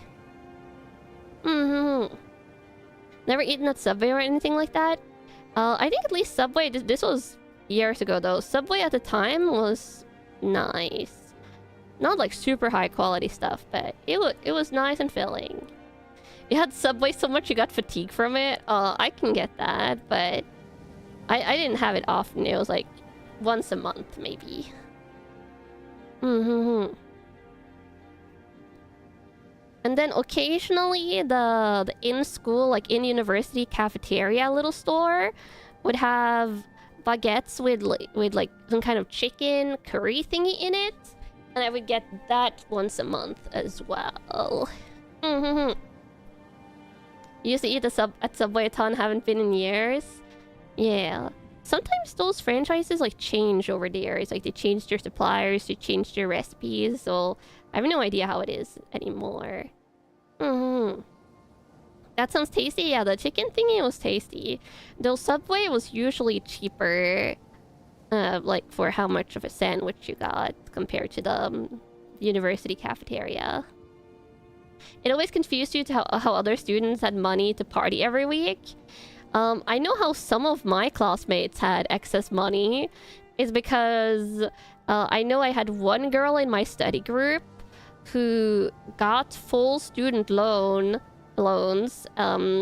She kind of cheated the system a little bit because the student loan system with like the scholarship conversion thingy in Norway that I talked about before, you're only supposed to get the scholarship conversion if you're living away from home, I think. No, you have like some extra support if you're living away from home.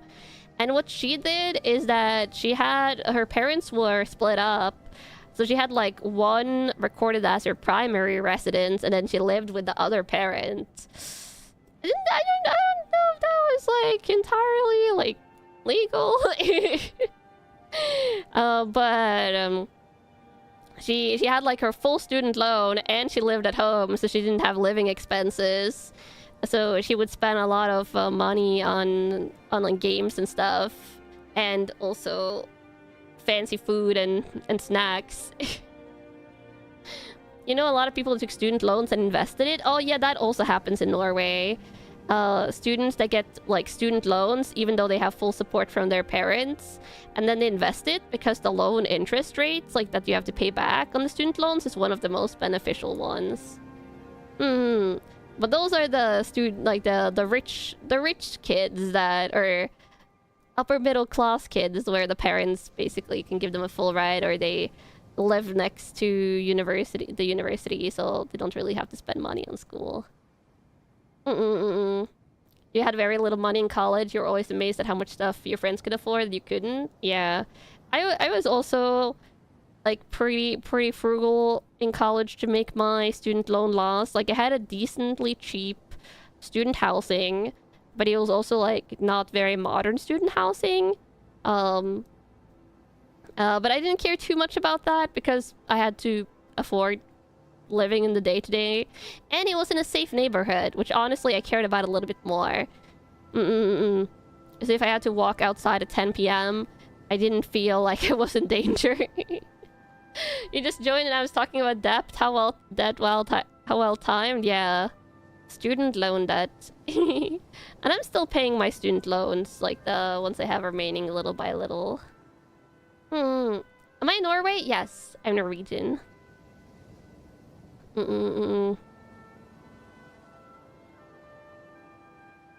But I'm doing better financially now, obviously. But yeah, being poor is not easy. Does Norway actually have really bad neighborhoods? In the capital, yeah. The capital has some dodgy places. I had a friend, one of my friends in my study group. She lived in fancier student housing. Like, her student housing was more modern, and she had a way bigger room, and she had like a little kitchen in her student housing.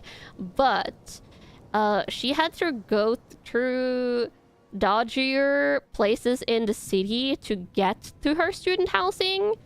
And there was a park nearby that was kind of notorious for being dodging during the nighttime. So she tried to not stay out late. And I actually stayed over at her place once, and the amount of sound that was outside during the night was way more like the nightlife sounds. Versus my student housing that was like a little bit more shabby, a little bit more run down. But it wasn't like, I lived in a very chill residential district. Like, not a lot of like big apartment buildings. It was apartment buildings, but they were smaller and a little bit more like single or like double like household like homes, detached style homes. Like, it was a overall like more nicer chill neighborhood. So except for some nighttime traffic on a road nearby, I never heard like party goers yelling or like shouting and stuff like that during the nighttime. So it was pretty peaceful, which, looking back, is probably one of the best things about where I lived. Norway definitely has bad neighborhoods, even in some smaller areas too. Oh yeah, for sure. For sure. Norway can be pretty unsafe at times, especially Kamos, especially if you're a single girl. So I honestly, Kamos, I'm pretty like easily scared. You guys know I'm terrified of the dark. I'm scared of loud sounds and stuff. So imagine how that translated to me being like early 20s. Like, I started university right out of high school. So I think was I 18 when I started university? And I moved to the capital, like young sub-20s me. Like, I'm over 30 now, but young sub-20s me, living like far away from home for the first time, knowing no one, like in loud, scary capital and stuff like that. I did not dare go outside after 10 p.m. Basically the entire time I went to university. I think the latest I was outside was like 11 p.m. And when I would do that, I would call my older sister on the phone and be like, please keep me company. To be fair, my older sister has done that sometimes, like as an adult to me. Like, she's called me because she wants company, like walking somewhere a couple of times. But I would call my older sister or my mom. You can definitely see how I became a shut-in. Yeah, I'm just very easily frightened, okay? The other night, you heard someone running on the rooftop of your house? Wait, that sounds terrifying. But yeah, so I was definitely not a party girl in university. One of the primary reasons to why is because yeah, just easily scared and would rather be at home playing games and watching anime during the evening from the safety of my student dorm instead of like partying and then having to go home at 2 a.m. So, yeah. I lived at geeky hikikomori university student life. And when I was socializing with my friends, like it would be before and after school usually. Like we would hang out after school with my like study group, and we would like each bring our Nintendo DS to school and stuff like that and battle each other in Pokemon, or we would head to one of our like dorm rooms. Like my friend who lived in the slightly dodgier place, like I would go visit her sometimes. She would come to my place and we would watch movies. She made me watch Frozen once. She was like super into Frozen even in university. I think that's around the time when I stopped being super into like the Disney movies, or at least the Princess Disney movies, but I remember I had to sit through that. A DS? Yeah, it was the DS ages. I went to university around like when Pokemon X and Y came out. I think? Yeah, I think that was the one I played a lot with my study group.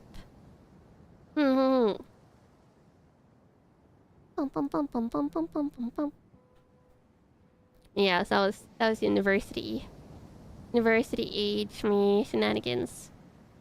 Oh, and sometimes we'd like book a study group room and then bring board games to school and play board games instead of studying.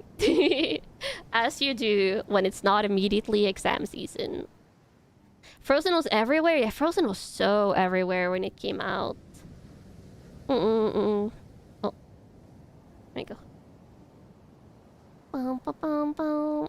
If I hate Frozen, just let it go. I don't hate Frozen, but it felt like such a cliche when I watched it. And definitely not my favorite Disney princess movie. Yeah. Which is funny because it's based like the environment and stuff is based on Norway, so you would think it would be up there in my favorites, but it's not. Do you have Detective Conan cards to open? I do. But not for today. Not for today. Yeah. Bum bum. Bum bum bum bum bum. You've only heard the Frozen song like a million times in stores. Yeah. Let it go. Let it go. Da da da da da. I will say my favorite version of the Frozen song is actually the multilingual one, because I think it's interesting to listen to from a language perspective. What Disney princess is my favorite? Probably Mulan, which I feel like is a popular pick among girls. You like Princess and the Frog? Ooh, I want to watch the Southern US one. I haven't watched that one. And I've heard it's pretty good. Yeah, I think Mulan is my favorite. I really like the little dragon. His name Wushu. He was super fun in it. Mulan was great. The little like the side soldier characters were great. Like it was a very fun movie. I know she's you could say like she's technically not a princess, but she's counted as a Disney princess. You like Moana slightly better? Oh, I watched Moana and I liked it, but it doesn't match Milan for me. Does the rabbit from Zootopia count as a princess? Maybe not, but I actually haven't watched Zootopia yet, like either of them. Oh, Mushu for the dragon. Oh, yeah, that makes sense. Disney Princesses is actually a brand, and Milan is counted as one of them. Ah, yeah. I think the pink girl from the Wreck-It Ralph movie, is she counted as a Disney princess? I think she might be, though I'm uncertain. Well, I did watch Wreck-It Ralph, the first one. I liked it. Though I like Wreck-It Ralph more than I like the little bubblegum princess. You'd recommend the Zootopia movies? Yeah, they look fun. She is?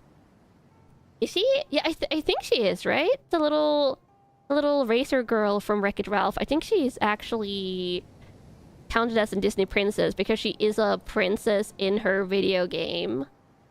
So I think she's counted in the official Disney princess lineup. God,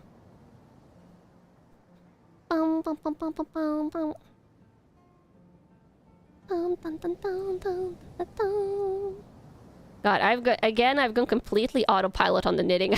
I'm barely paying attention to what I'm doing. It's something when you cross 30 beanies knitted in succession, Camels. That's when you completely stop even like you stop remembering that there even was a pattern and a recipe, and your body just does it for you. Dun, dun, dun, dun, dun, dun, dun. I don't know if I'm a pro. It's like the more you autopilot, the easier it is to make a sudden mistake and not notice. In Wreck-It Ralph 2, she enters a room full of Disney princesses, and there's many funny questions they ask her to see if she's a princess. Oh, okay, so they made a thing out of it. I see. Your Xbox controller broke? Oh no, I hope you can get it fixed. Or, potentially a new one. That's a cool skill to have. Yeah, it's just muscle memory. But then if you don't do it for a while, you forget. When did I start knitting? Okay, so I've talked about this before, but I'm more proficient in crocheting than knitting. Like, knitting technically, like, I've tried it a tiny bit in school when I was younger. Like, I think in junior high school, we had to do knitting a couple of times for, like, the arts and craftsy, like, subject. Like, you know, you have, like, wood shop. In junior high school, like, half the class would have wood shop, and the rest of us would have, like, art stuff. And sometimes in the art stuff, we had to do knitting. So I would do, like, occasional knitting on and off through things like that since I was young, but only, like, very clumsy stuff. And then in early high school, late junior high, I learned crocheting, and I started crocheting a lot. Yeah, I think it was around high school. I started crocheting a lot. And then just crocheted primarily. I have knitted some, like, beanies, especially, like, some years ago, like, during university years. But after that, I didn't knit for years. Like, it was mostly crocheting. But now, obviously, I've gotten, like, back into knitting. But my knitting skills are more... I would say beginner intermediate of, like, how complex projects I can do with knitting. But my crocheting skills are advanced, and I have, like, 15 years of experience with crocheting. On and off during those 15 years. Yeah. But yeah, it varies. But I'm fast, that's because I'm, like... This is, like... when you're talking, like, complexity skill level versus, like, speed skill level, those are different. Because knitting can get very complex, and there is...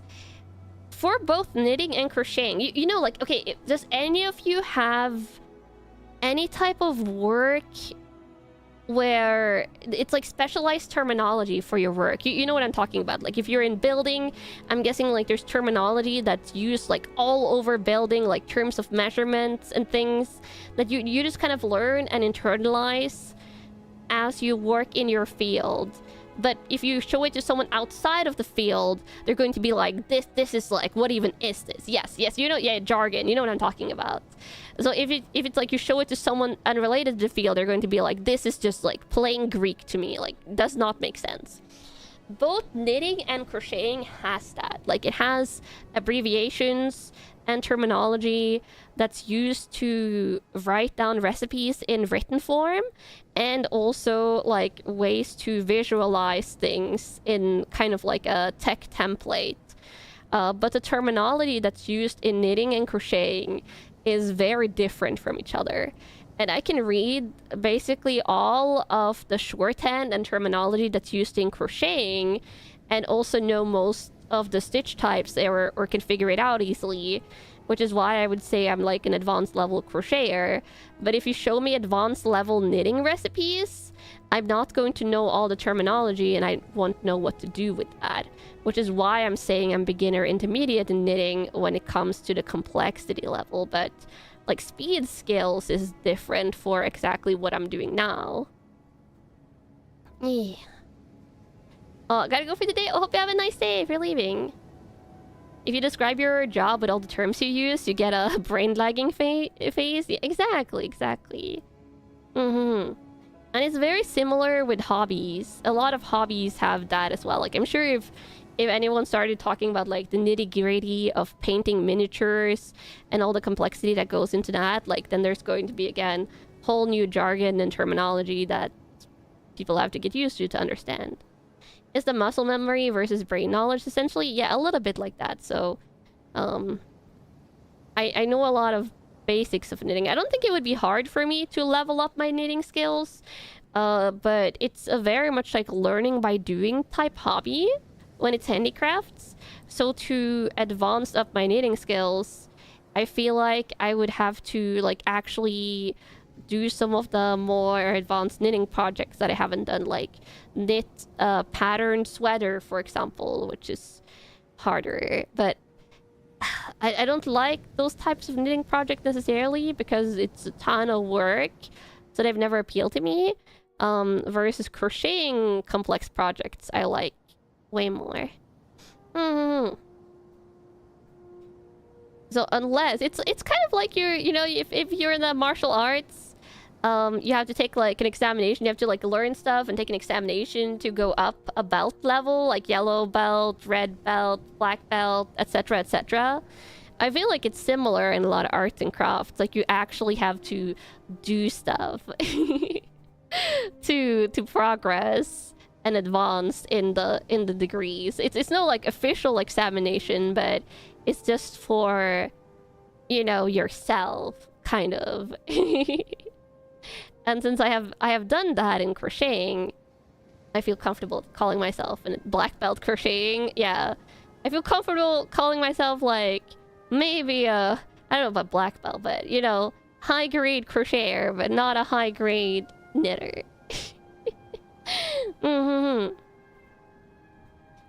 Though everyone's measure of their own skill differs in handicrafts.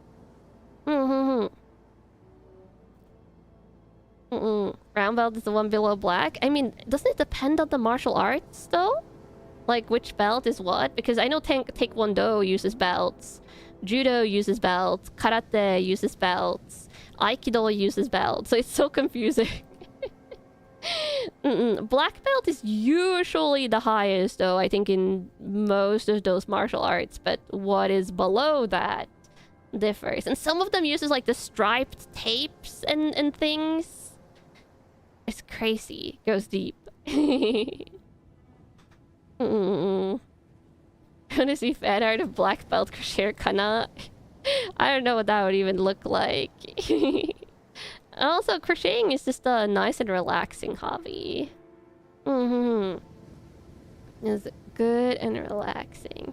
Which is why I like doing it for, like, crocheting and knitting for these chatting streams, because it's calming in a way, slightly hypnotic. Black belt is only the highest for practitioners. There's a whole set above it for teachers. Teacher grades. Oh yeah, they have the first dan, second dan. I think in karate? Might be wrong, but I know there's different like grades you enter above that. It is cozy, yeah. Super cozy.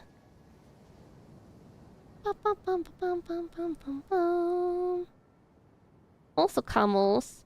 I'm going to take a tiny trip to the little duckling's room. So you guys will behave and entertain yourself, right? Right. Can I put this beanie on the duck? Can I put it on the duck? There we go. He's wearing the beanie, camels. Totally fits him perfectly. As you guys behave. Do I have... Oh, where's my AFK Kanna spin? Wait, let me find it. No. Alert.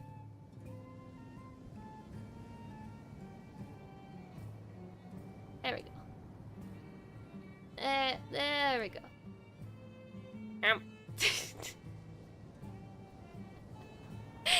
I'll be right back.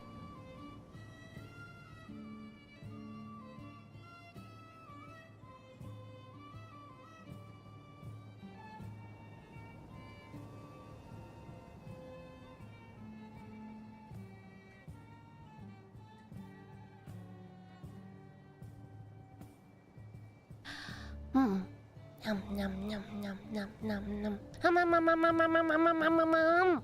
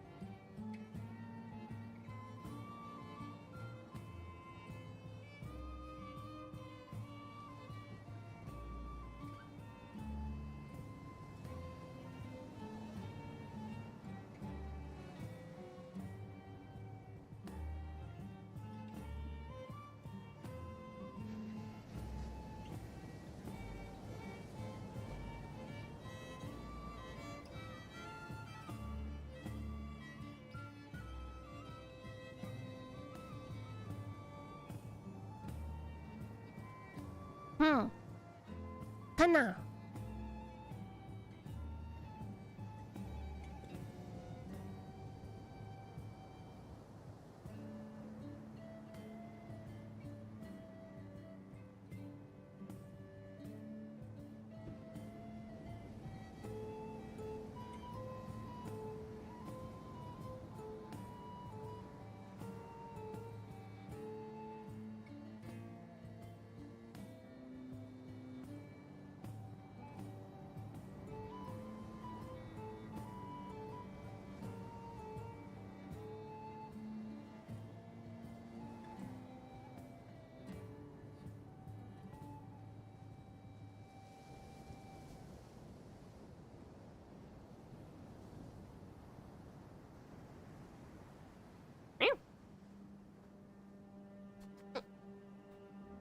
There we go.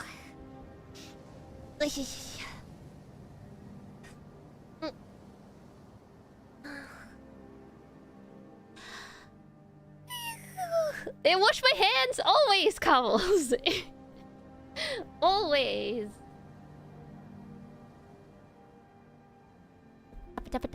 Oh,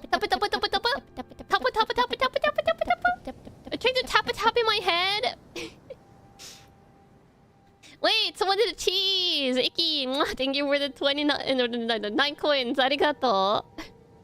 And Icky, thank you for the 10 coins, arigato! Welcome back. And Soup! Thank you for the 25 coins! Thank you. Kinda cute, Camo's cute! You're not allowed to tappy my head? I don't know. Tappy.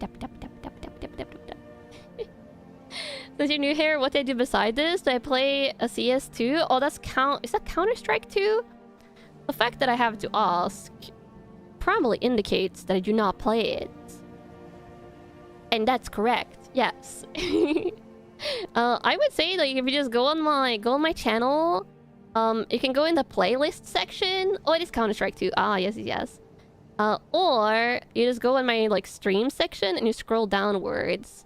You'll see what I do. Mondays is usually this. The rest of the week is a mix of a lot of games usually, to sometimes karaoke or sometimes chatting, and stuff. It kind of depends on the week. Some weeks are more chatting variety heavy. Other weeks are more gaming heavy. This week is going to be gaming and ASMR for the rest of the week. I'm a competitive blueprints player. What does that mean? I'm just trying to not lose my mind playing blueprints. That's what I'm trying to do. Yeah, I'm a variety gamer. I think that's pretty good. I'm a variety gamer, but I focus on action-y games. I like survival craft a lot as well. And I like ASMR. Though, I have recently moved all my ASMR to a new channel, so all the ASMR live streams and ASMR videos I post will be on the Moonfeather ASMR channel, which you can find linked on the main page of my YouTube channel. Yes. Precisely, I'm competing against Insanity. This week, I think I can beat Blueprints Camels, I believe. But tomorrow, I gotta defeat my fares in Repo. For fashion! And glory. And fashion. My laugh is cute. Oh, thank you. Sometimes I trip a lot and you get the same game all week. I mean, that's going to happen, Camels. Like, come next month, you're going to get some weeks where it's like almost all one game. Because we're getting the Doom DLC early July, and then we're getting the new Splatoon game, the single player one, late July. And then we're getting Beast of Reincarnation early August, and I'm going to be playing that. So when these like big game releases hits that I've been waiting for, we'll get a whole bunch of like non-variety weeks. Oh yeah, and the Pal World update. Yes, when the Pal World update 1.0 drops, then it'll be a whole bunch of Pal World for like a week. But if I play a game like a lot in a short time period, then the chances are also I'll beat it quickly. What you call a cow that's in good shape? Shredded beef? Nice. And the backlog grows? Yeah. Now I'm going to be prioritizing which games to play. Bum, bum, bum, bum, bum. Let's see. Bum, bum, bum, bum, bum. A Pocopia in the future? Oh yeah, whenever the Pocopia update drops. You know the theme or burst weeks like that? It's fun to just go all in sometimes? Yeah. And I think it makes it a little bit easier to follow a playthrough as well, when it's more concentrated rather than spread out. Because when it's spread out, like if you want to follow like one game playthrough in particular, it's easy to miss stuff. If like if you end up missing a random stream. Like,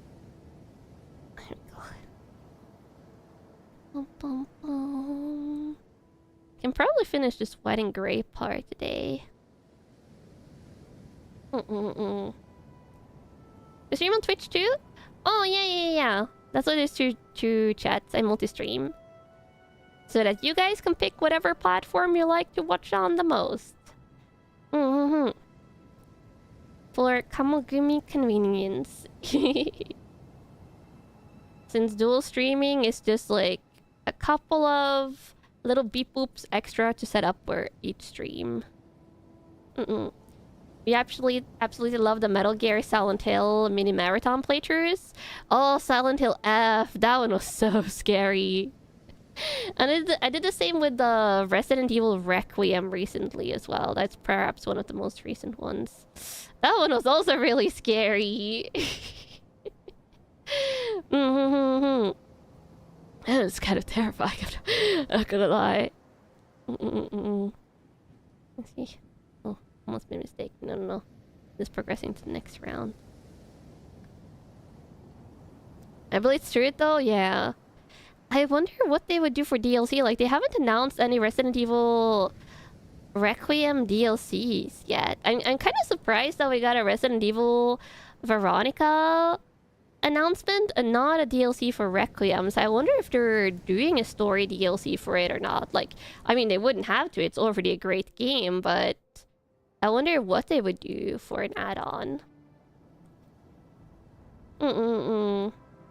Silent Hill F got a lot less scary near the end when it turned into an arena sim. Maybe a tiny bit, but honestly, I will say Silent Hill F kept me on edge throughout the entire playthrough. And the ending I got was really depressive.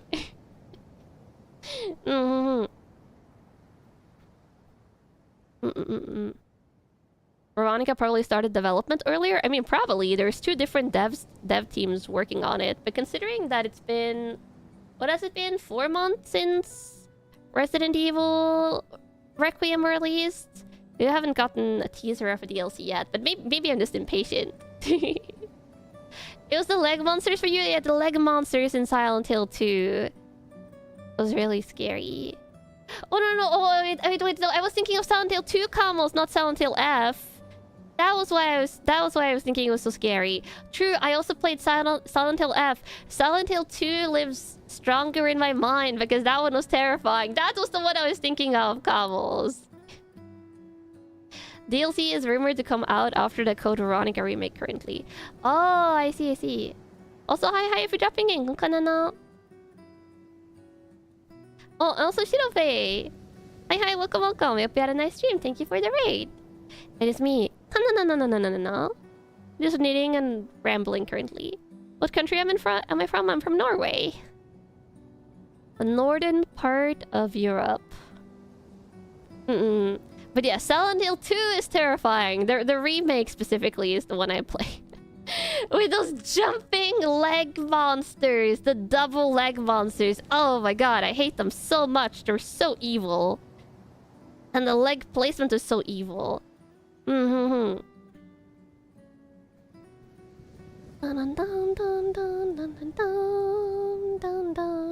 Keeps you on edge? Yeah. I was on edge for that entire Silent Hill 2 playthrough. Oh my god.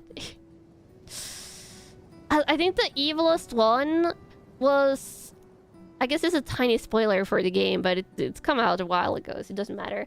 There was like at one point where I crawled into a gazebo. Like, I was like outside in the garden, crawled into a gazebo. After, I think, having fought my way through stuff. And I was like, okay, I'm just going to find something inside the gazebo, like an item or whatever. And then, boom!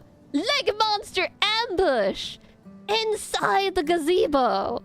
That was so evil. That still lives rent-free in my head. You forgot about that part? I have not forgotten, Camels! I have not forgotten! The betrayal! Also, how did he even get in there? That the scream was amazing. That's when you truly know I felt safe, Camels. And then you get betrayed. And then I think it was like near that section as well. I was like inside a pool area and I turned a corner and then boom, another leg monster. You think you circled around that gazebo and spotted it from the outside when you played? Oh, how nice it is to spot it from the outside and, you know, not being absolutely terrified out of your mind. Also, I made a mistake here at some point. Oh yeah, I definitely made a mistake. I made an extra chonky camel here. This camel has like a tail coming out to the side because it got extra chonky on accident. But yeah, if you want to see a playthrough of a game, Camels, if you haven't watched that or you want to see me being scared out of my mind, that was genuinely terrifying for me. I think if I have to like rate games I have played on stream and like how freaked out I was playing them, Silent Hill 2 is up there. The Dead Space remake is up there. And Alan Wake 2 is also up there. Yeah. I'm trying to think of... Oh, Soma! Soma is also up there. Soma was scary. That one was also like existential dread and stuff. And really depressing. Dead Space 1 is such a good game, yeah. The remake was great. Oblivion, like, had really bad jump scares. Where we're talking about, like, being unnerved and unsettled all the way through. Like, when you feel on edge. I would say Grace's parts in Resident Evil Requiem. At least her earlier parts of the game. Those were also terrifying. Yeah. Grace's section with the girl. Those were freaky. I'm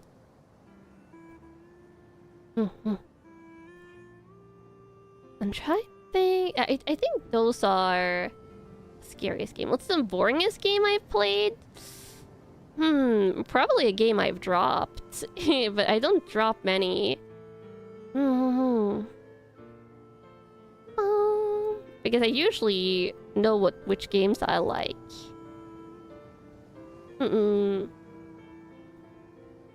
Oblivion combat team kicks in, but you can't see the enemies anywhere around you. After 2 whole minutes of suspense, you get jumped by a rat biting your toe. Oblivion was mostly fine. The combat in Oblivion wasn't that hard for most of it, I feel like. Oh, Starfield. Oh yeah, probably Starfield. Starfield with the planets. That got boring really quickly. Now that you say it. Anotria I liked. Anotria wasn't boring. I think Anotria was just janky. That's different, but I wasn't bored playing Anotria. Like, I liked the world design and some of the monster designs. Like, it was like more...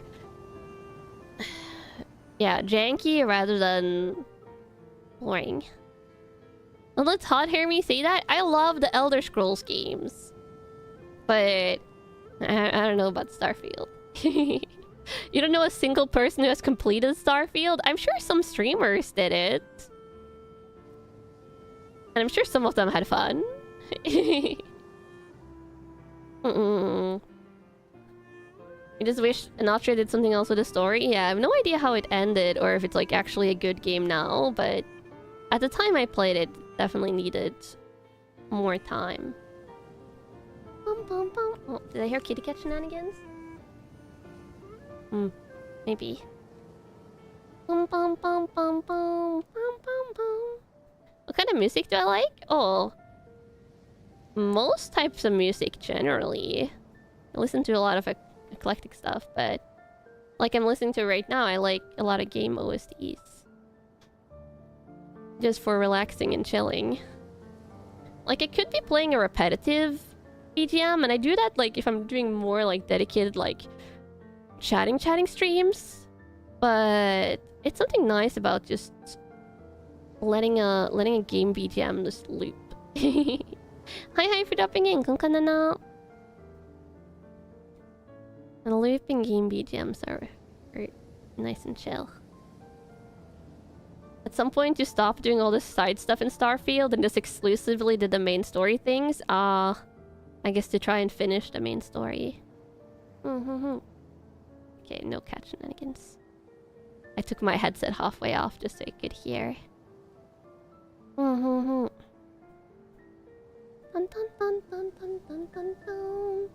Also, Camels, as a heads up, I don't know how long I'll go today. It's because of crippling tummy pain today. This is one of those days. So I might go a little bit shorter, like 3+ hours instead of 4 hours. Because I'm feeling it. It's the type of day where if I was doing something like a Souls game, I think I could go a full stream length. But when I'm doing more chatting like this, I'm so much more aware of my own body, you know? Because when you're gaming, it's so easy to take your mind off how you're feeling. But when you're doing something more like a physical activity like knitting, you like focus more in on yourself. Kind of like you internally, like you're more aware of your entire body condition. 3+ hours is not unusual for Mondays. I want to hang out more though. It's just like crippling pain. Sometimes games even make you forget how to eat. Yeah, that's when it gets dangerous. Need to remember to eat and drink. Yeah, it's easier to just zone out when you have the adrenaline rush from Souls games. It's called focusing. Yeah, super focus. But I focus on this. But when I'm focusing on the knitting, I'm also like very much like internalized focus, because I guess it's like a dexterity skill. I don't know. Different types of focus. Dun dun. Also, Kamo's off stream, I've been rewatching Criminal Minds.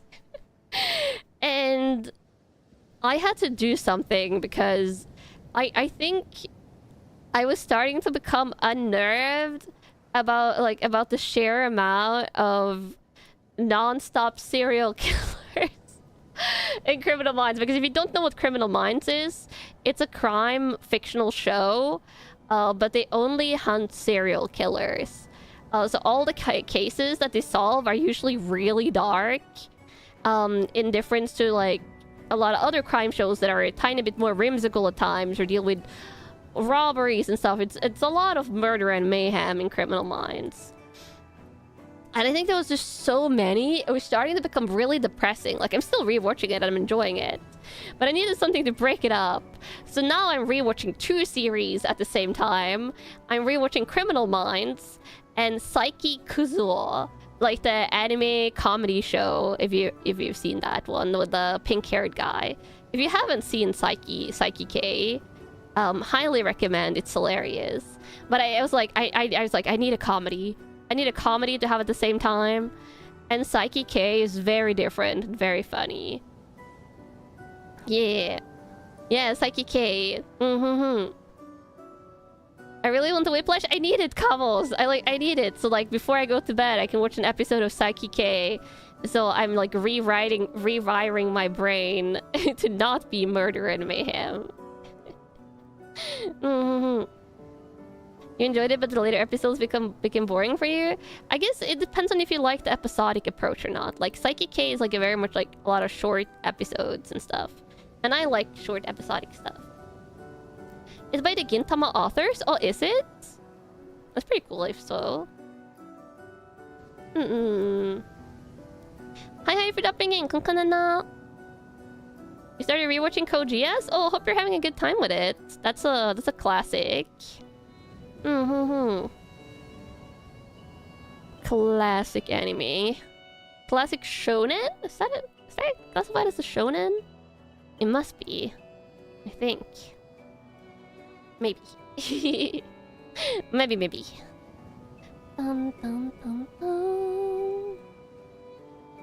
Oh, Saiki K is by Gintama's assistant. Gintama author's assistants. Ah. Oh, he made a masterpiece. I watched The Daily Lives of High School Boys. So is that an anime? If so, I have probably not watched it. Can a mecha anime be shonen? Oh, I feel like a lot of mechas are shonen. Oh,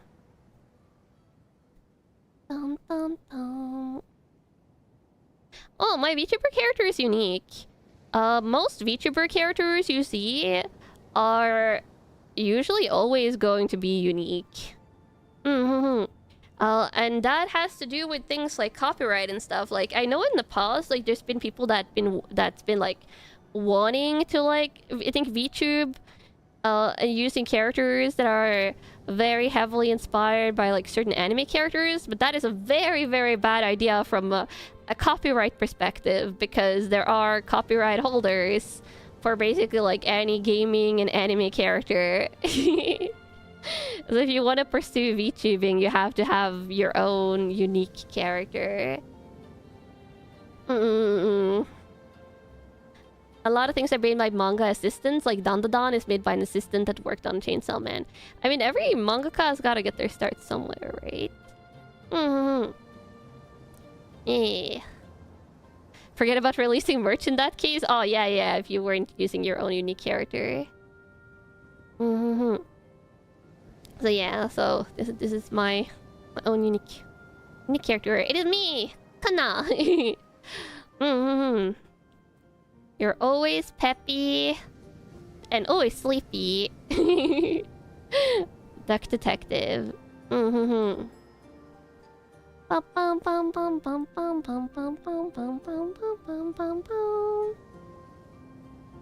Dun dun dun dun.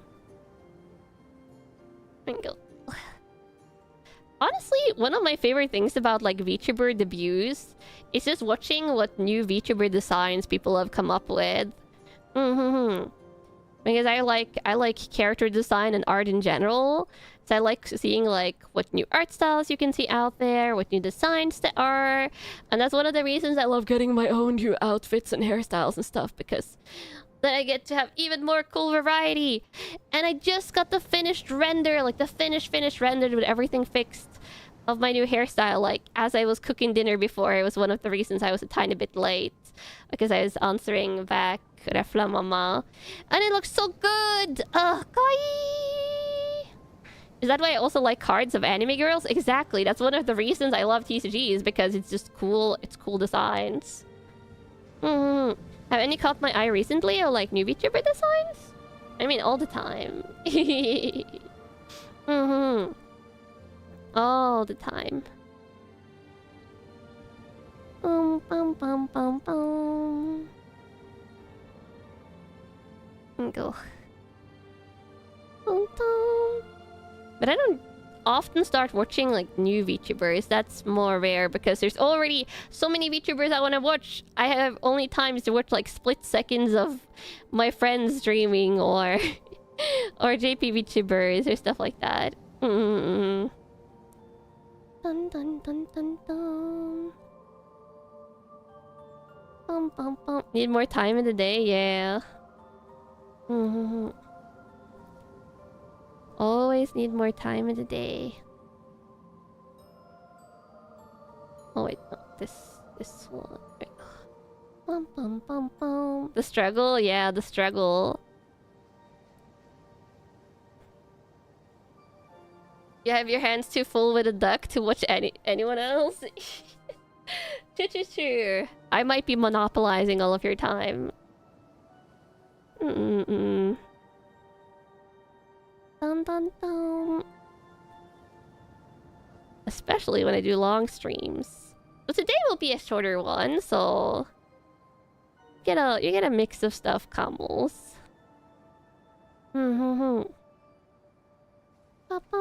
Don't mind it though. Aw. Is it monopolizing if you don't mind? A good monopolizing. Yeah. Oh, which one is this one? Let me see. Oh, it's one of the ones from... Let me just back up. It's one of the ones from... Oh,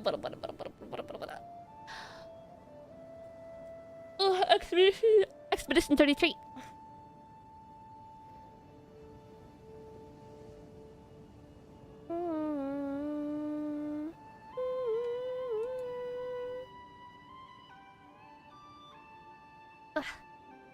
Is there any Aerunia collabs coming up soon? Oh, the one we were going to have this week is postponed, sadly, because something came up for Hyo that day. But that happens. So instead, it's probably going to be around our 6-month anniversary on the 12th, the next time we collab. So it'll be a while, because it's a little bit like tricky now. Next week, during the time where we would have had a collab this week, there's something else. And then the weekend after that, it's the 4th of July. So it's... Yeah, it's also this if you see here, that's where this guy is a little bit extra connected to the pattern. It's not very visible of a mistake, but it's a tiny one. But yeah, so it's just because the weekends are harder to schedule the next couple of weeks. It'll be a while until the next Aerunia collab.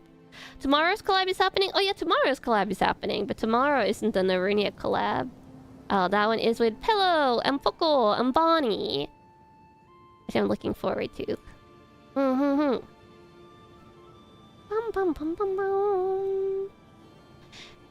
When's the next merge? Oh, the next time I do merge, unless I do like a voice pack or something, it's probably going to be birthday merge. Which, if you want to get like what will be like the full bundle or a chance of a camo beanie, I do recommend that if you haven't already, saving up a little bit for it. So I've kind of been pre-warning you guys, since I don't do merch that often, or at least I haven't been doing merch that often, or basically not at all this year until now. This will be a bigger merch drop, and it will be... My birthday is obviously the 15th of September, so it's 3 months from now. Yeah. Why do I say that? Like, it's not going to be like $500 merch comics. It's not going to be that, but I'm just saying, because everyone have different amounts of this disposable income.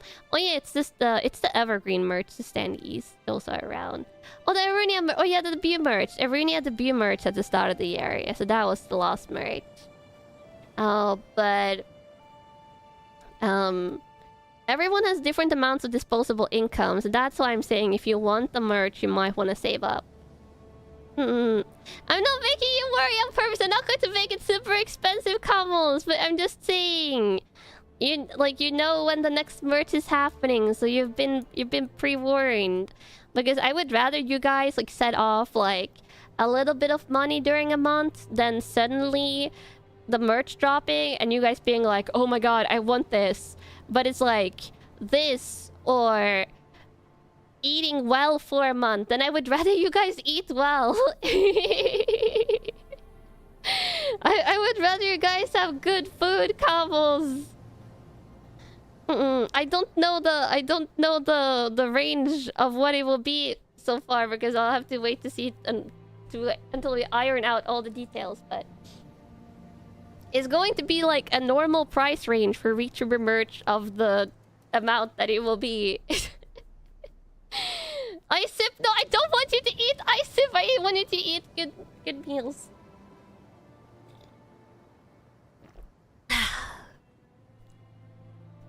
So I'm not making it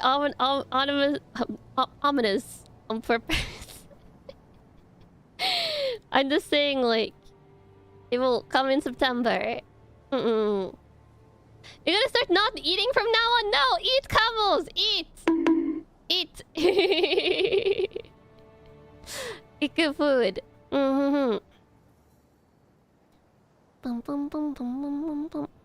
Isip is healthy, is no calories, but it doesn't have minerals and proteins and things that you need to survive.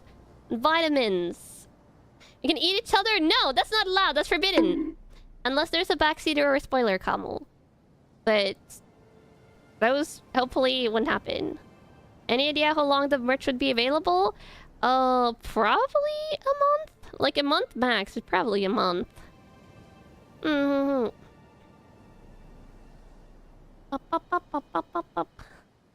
Cannibalism? No cannibalism.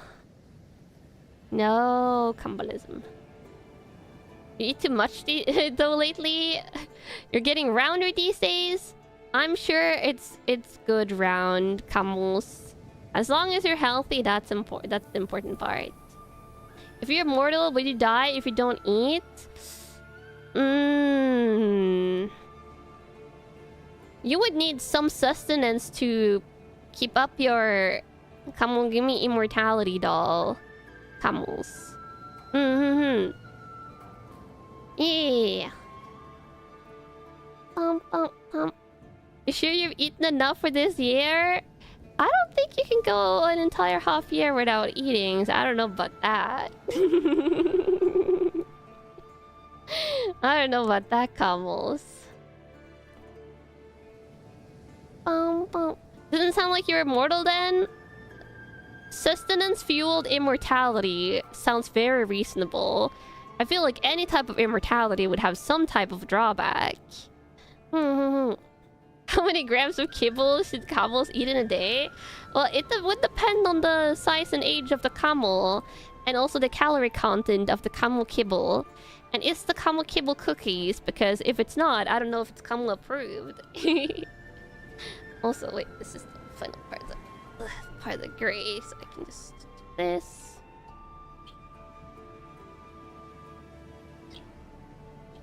Here we go. There we go.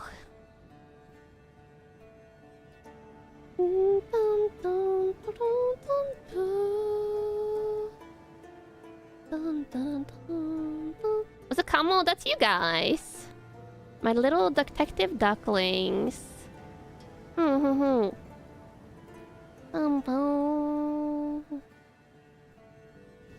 on, give me for long. Which is why I call you guys camels when I talk to you. You need a camel lore stream? The lore is getting busy. It's just like you guys require clarification on a lot of stuff, a lot of camels. If anything, you're the reason why I keep on adding stuff to the camel lore. Is because you keep asking me questions. This is probably because you're detective assistants, camels. It's a side effect of your job at the detective agency. But because you're so inquisitive, you keep on getting like more knowledge. I'm just making this up. I am, you know, reasoning my way to why things are probably the way they are. I'm fixing it as the lore as you discover plot holes. No. Don't worry about it, Combs. It's all fine. You need to know. Sometimes knowledge can be scary, so you gotta contemplate if you really need to know stuff, Camels. If it's really the knowledge you're seeking. Yeah. Sorry for wanting to learn more about yourself. But isn't ignorance bliss? I swear that's a saying. Bum, bum, bum. Dun, dun, dun, dun. Let's see. Finishing up this round. Knowledge is power. You're just countering my sayings now? Wow. That's basically like saying no you. You must discover the mysteries of the Camelverse. It's ignorance is bliss when it's folly to be wise. Oh, is that a full saying? I don't think I've ever heard the full saying before. I've only ever heard ignorance is bliss. Speaking of knowledge, can I grant you the most secretive puzzle of your life? Where is your dad? You know, as a Kamogumi, you all come from the Kamo tree. And maybe you just have a mom. This is so I don't have to just, like, you guys know why this is your lore now. So I never have to explain the birds and the bees. Because surely the birds and the bees are just tending to the Kamo trees. Also, Bill Wilson, what? Thank you for the super coins. Knowledge is power, guarded well. So maybe you just have a mom. Is my answer. Because the Kamo tree just makes camels under the right circumstances in which camels needs to be made.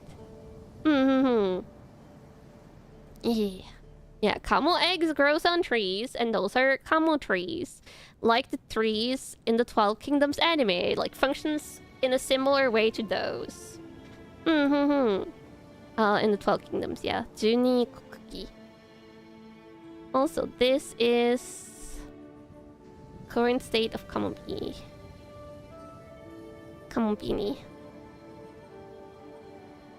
See the slight mistake I made here. Became extra chunky, but that's fine. Oh. Bump. There we go. Make sure it's not falling off. Yeah, it's like this extra stitch here. This one. That one isn't supposed to be there. That. But that's okay. I don't think I'm going to knit past this today, though. Let me see. I want to end stream now. I go chat.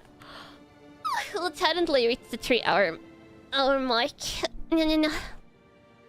Because I refuse to have a sub 3-hour stream for a Monday, but I shouldn't knit anymore. I'll put the gloves back on though. Dun, dun, dun, dun. I'm yawning a lot today. It's because I didn't take a nap, Camels. My body is conditioned to take a nap before stream.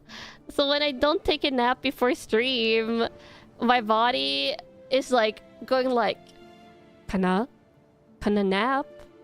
Nap? Nap? Nap, nap, nap, nap, nap. It's like internally. The thing is, like, I can't really nap after stream because like now it's 8:30 for me, like 8:30 p.m. And if I take a nap this late, I'm not going to be able to sleep tonight. Like, no matter how late I go to sleep. Or I'll have like 1 hour of insomnia trying to sleep.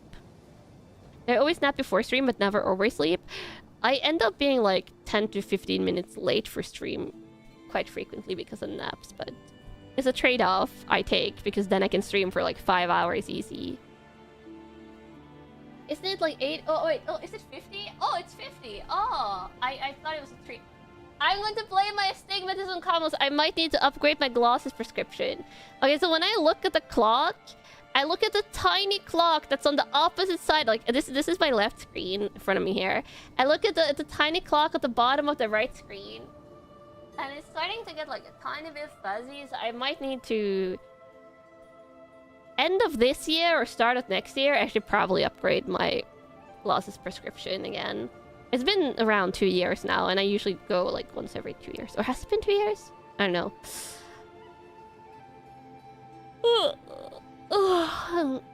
10 to 15 minutes late, that's basically on time. I'm unusually punctual. I try and be punctual. Yeah. Like, I can check the clock on my phone. That one has a bigger clock on it, but I have to put it like out of sleep mode. So yeah, it's 55. I thought it was a 3, but it was a 5. Also, let me check Discord pings. Ooh.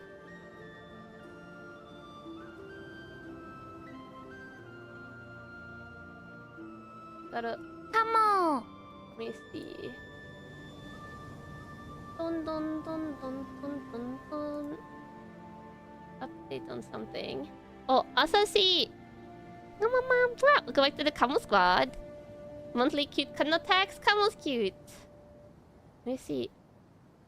Oh!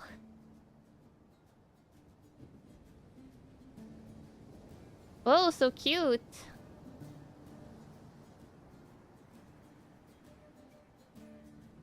Ooh.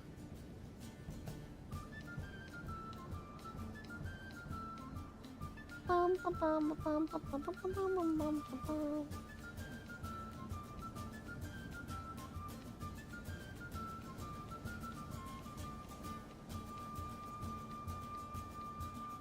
Bum, bum, bum, bum, bum.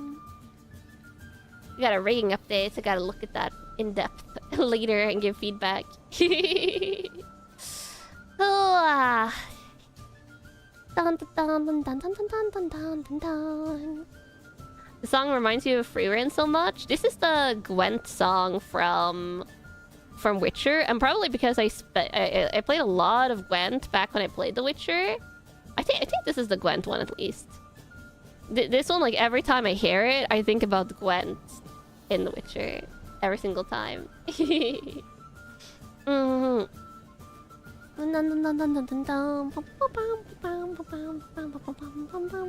I have to go to work soon. Night shift? Ooh.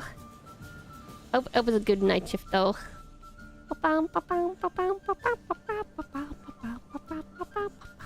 Squishy. Ugh. This is a very folk European song, yeah. Well, I've never tried the separate Gwent game. I know it got released on its own. And it's kind of intriguing because I quite liked Gwent. Gwent in The Witcher. It's really fun. If you don't know what it is, it's in The Witcher 3. They had a side minigame mode that you played throughout the story. Which I feel like I might, depending on when the Witcher 3 DLC drops, like the new one, I might play The Witcher on stream. I'm really tempted because it's a really good game and I like it.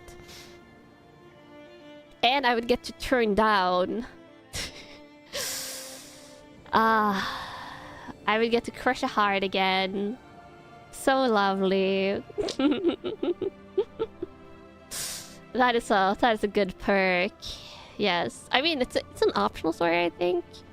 No, it's kind of mandatory. You never hate it's real. She's awful, okay? I hate her. She's so awful and stuck up. Oh, no. I mean, I would turn down Triss as well. Like she's not my favorite romance in the game either. But Yennefer, no, she's the worst female romance option in a game that I've ever played ever, bar none.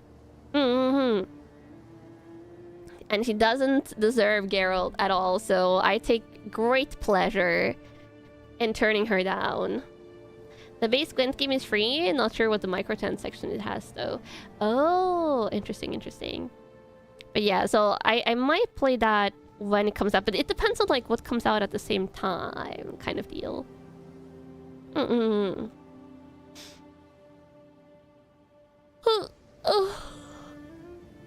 What if there's no other people on Earth, just Yennefer and the other girl? I mean, wouldn't it matter for Geralt? Like, he's not going to have children. Aren't all the Witchers sterile? Aren't all the witches sterile? It doesn't matter for any of them in a procreation kind of way. Also, if you have to choose one, I would choose Triss, but you don't have to in Witcher 3. You can turn them both down. And then I think at the end game, I think the Bard moves in with you or something, which honestly, he is a way cooler character, so... But yeah, I think canonically in lore, like, I think all the witches uses the ability to have children. And I think all the witchers are also sterile, so... Yeah.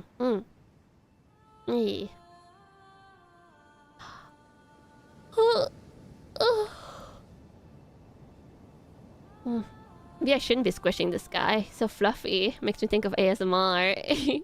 Probably also because the one ASMR video I recorded that I haven't released was with this guy as well. Pa pa pa pa pa. Little ducky. If Yennefer and Trish were your only options, you would install Blue Archive? How would that work? Blue Archive? I mean, actually, wait, that could work canonically in the Witcher 3 universe. If Ciri traveled to our universe, grabbed an iPad, and had an offline version of Blue Archive on it, she could bring like anything into the Witcher 3 canonically, right? Because she does the realm hopping. So she technically could bring any gacha in there. I'm not saying she's an iPad kid, but like she could probably acquire an iPad. I don't know how her power is, if she's still going to have the same powers in the Witcher 4 game, but we'll see. Is there an offline version? Like, if there is an offline version. Because in the Witcher 3 universe, you probably wouldn't get a Wi-Fi reception, but...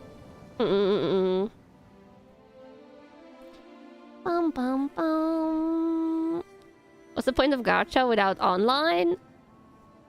The cute characters? We're sleepy? Oh, good night! Oh, Yasumi 99. I hope you get some good sleep.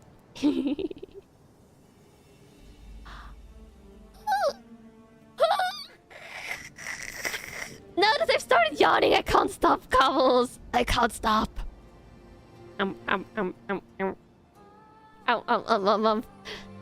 Entertain me, Cobbles. Distract me with questions.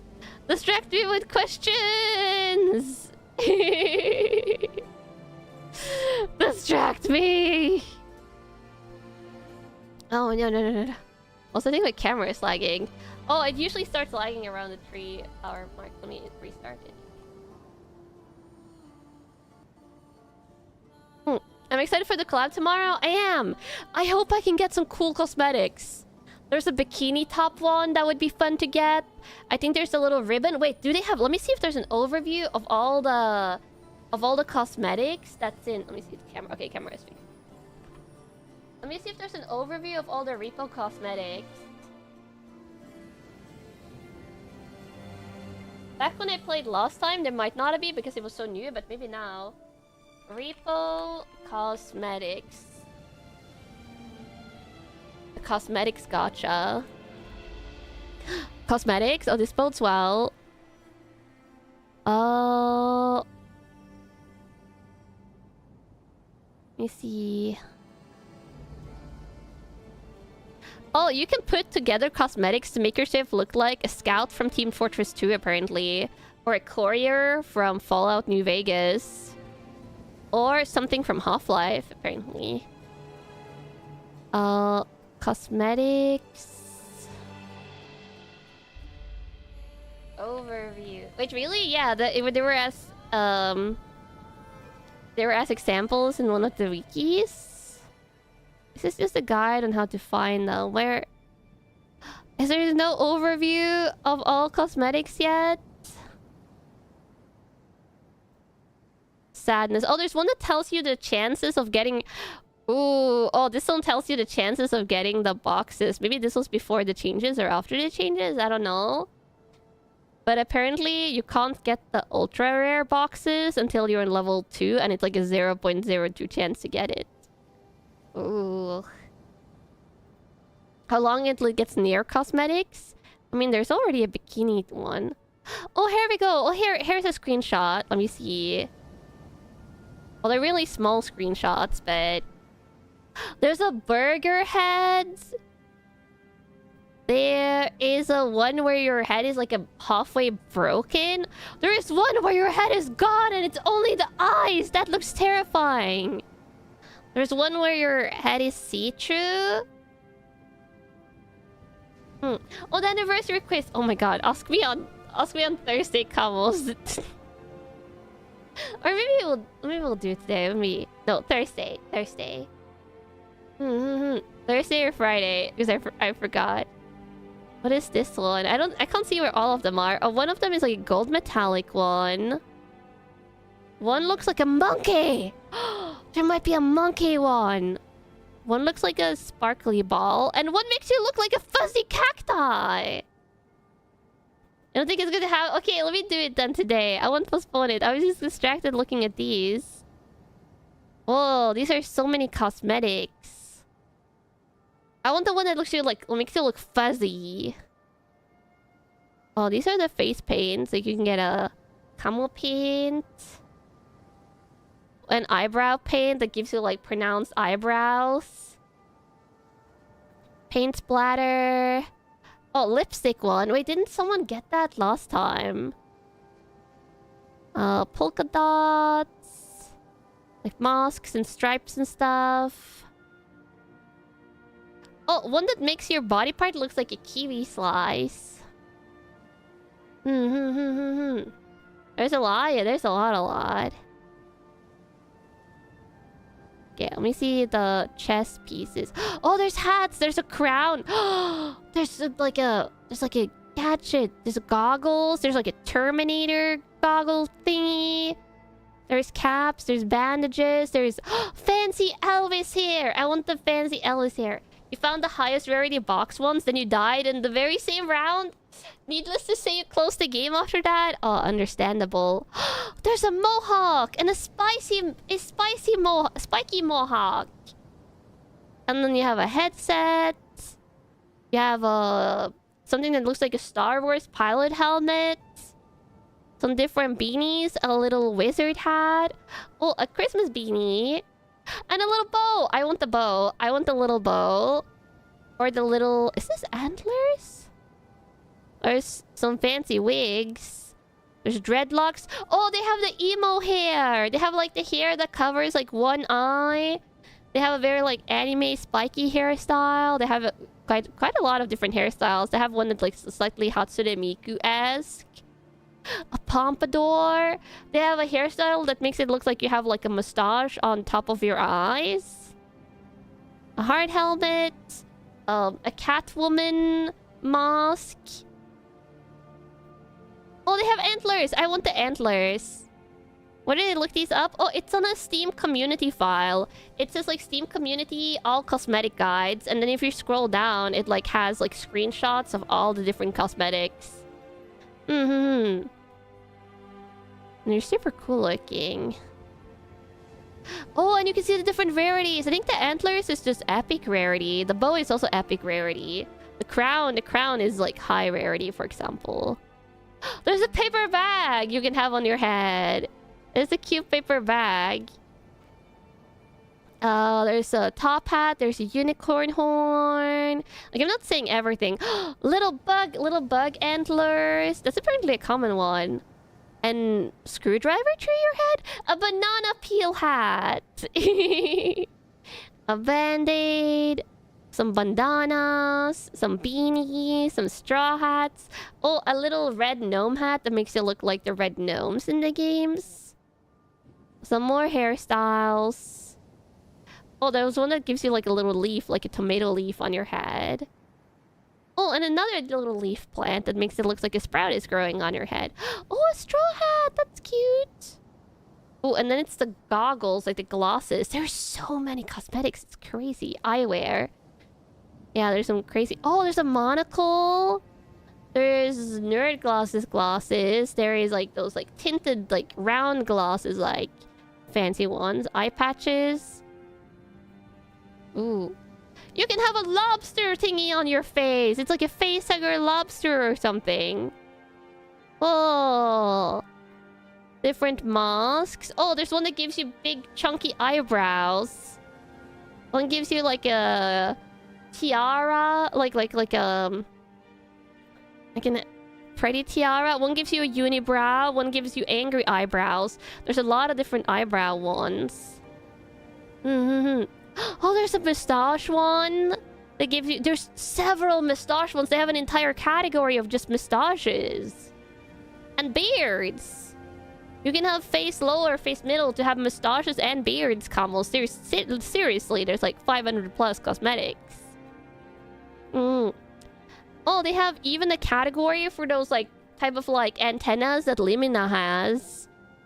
Oh, I don't think she knew this. I don't think she knew about like the antennas and the air category. Oh, and then there's the eyelid ones that makes it looks like you got a black eye and things. Oh, here are the body parts. There's one that makes the top of your body looks like a skeleton.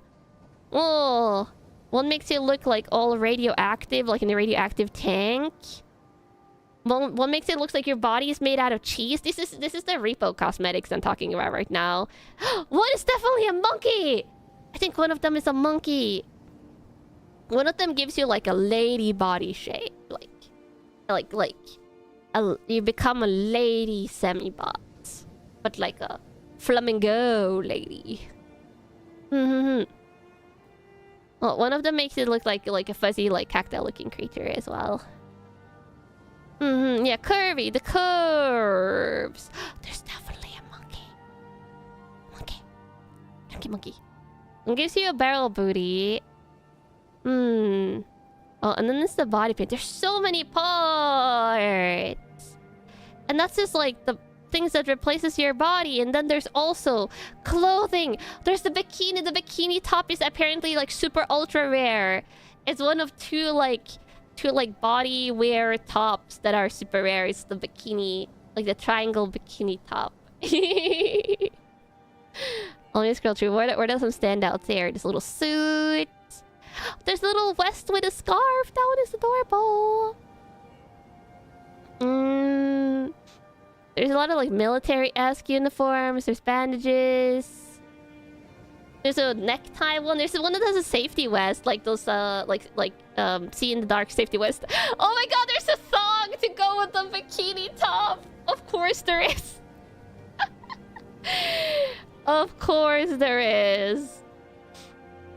You could live out your Rambo-esque dreams, but it's bikini. Oh, there's a giant skirt.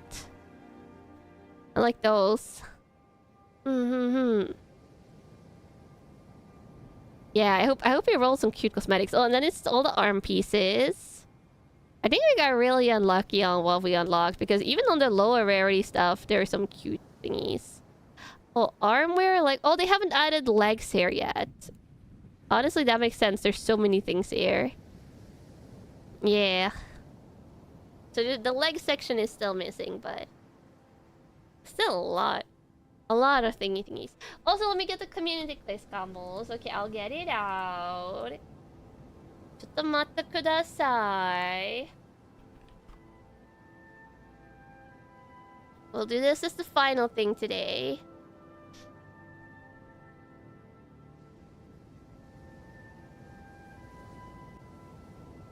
I have to do window capture. And then... there we go. You get the quiz.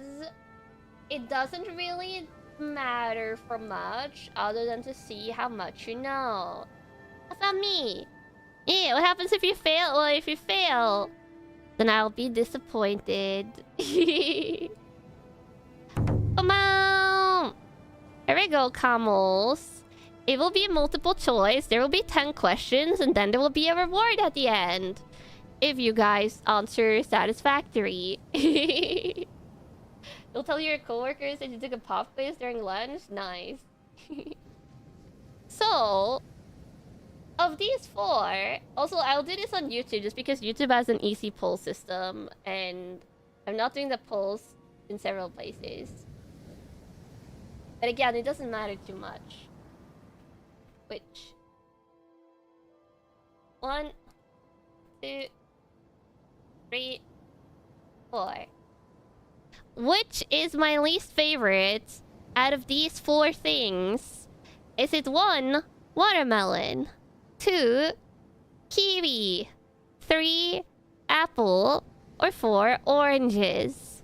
And this is fruits, obviously. So which one of these 4 fruits is my least favorite overall?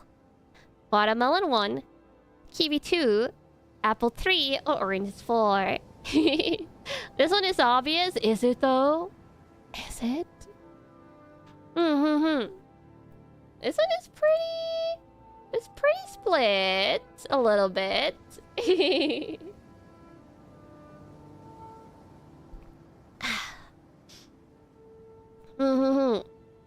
can hear the Jeopardy music. The Skyrim Jeopardy music. I'll let you guys have 1 minute for each of these polls, so you have to vote quickly. I call this split. I call this split because, like, 30-something% of you are not voting for one. But yeah, it's pretty. I think I can end poll here. Pretty unanimous. In that my least favorite is watermelon, which is correct. Watermelon is by far the worst out of these. My second least favorite is actually number 4, oranges, because I prefer mandarins and tangerines to oranges. But yeah, so that's this. And then question number 2. Who is John? Who is John Camels? 1, 2, 3, 4. All of you should know this. Totally. Is John this cute little creature in picture number 1? Is John this cute little creature that is totally not a camel in picture number 2? Is John this cute little creature in picture number 3? Or is he the cute little creature in picture number 4? Is it John Camel? Yeah, is it? Is it John Camel? Dun dun dun dun dun dun dun dun dun dun dun. It says this raid. I was the one who made the quiz, Camels. I told you it's silly. Technically, they can all be called John. One of these creatures has... no, 2 of these creatures have other names. So 2 of these creatures are not John. May the John Camel please stand up. Cute number 4? Yeah, cute creature in picture number 4. Which is cute because it looks like a duck. Yeah. You're still number 4 when you learn things about me that you didn't expect. It's just a chill duck creature. Love the slime being poked. 100% looks like something that I would do. Oh yeah, I would totally poke the slime. Okay, let's see. 50% of you think that John is the creature in number 3. And that is correct. And the other creatures are... number 1, Suchan from Campfire Cooking. this one, which is a camel in a horse costume for Year of the Uma, and I think because you got jealous of the Uma Pushin. And then this is John the Armadillo from the Vampire Dies in No Time, which is one of my favorite animes. And then this is Elizabeth, right? From Gintama. Okay, next question. Yeah. Which one of these are my favorite vegetables? And this one is definitely a harder one. 1, 2, 3, 4. I actually don't know if you'll get this one. It'll be interesting to see. Of these 4 vegetables, which one is my favorite? Easy? Are you sure? Are you sure this is easy, camels? You feel like you know? Are you really sure though? Are you certain? Camels. Do you know? No? Do you know? No. No. No. Or do you just think you know? I know you're pretty. I can't shake your confidence. It's boiled potatoes. I hate boiled potatoes. Actually, I really don't like boiled potatoes. In reality, I like bell peppers, but I got allergic to it. I hate bell peppers. It's not winning on the polls. I'm not spoiling much, but... No, you guys are correct. It's sweet potatoes. I like sweet potato fries. I have them quite frequently. But broccoli is a close second. I actually quite like broccoli. Broccoli is great. I just don't have it currently. I can't really have it, but... I don't want to risk it, but... Broccoli is a close second. I made you doubt yourself? Yeah, I was wondering if you guys would guess broccoli. But it's sweet potatoes. So far, everything has been correct almost. It's majority wins. And then we have... What Greek god have I named a PC after? I have to throw some outliers into hair camels. I know I mentioned this at some point. I'm pretty sure. But do you remember? Is it 1, Hermes, 2, Artemis, 3, Apollo, or 4, Hades? Ow. This is a wild one? Yeah. You're suffering from a lack of lore? To be fair, I feel like I've only mentioned this in like a split sentence during like one stream in the past. So this one is this one you guys might get wrong. I told you guys, Carlos, this one is silly. The next one you're going to hate even more though. The next question does have a correct answer. But it's going to be really hard for you to pick the correct answer on the next one. I feel like maybe I haven't told you guys this, but I think I have. Maybe. I made an educated guess. Let me see what's in the lead. So currently, oh, I see. It's 52% for Artemis, 18% to Hermes, and then 15-15 to Apollo, Hades. I will say, camels.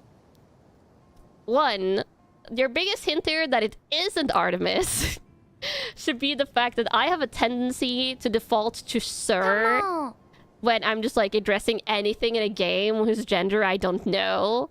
And considering my PC, like, it's just my PC, I picked a male name. I tend to be by default. Also, all my cats are guys. I have all boy cats. So I threw Artemis in there just to see if any of you would be like, oh, Artemis is one of my favorite Greek gods. I will say that though. I do really love Artemis as a Greek god. Also, clams.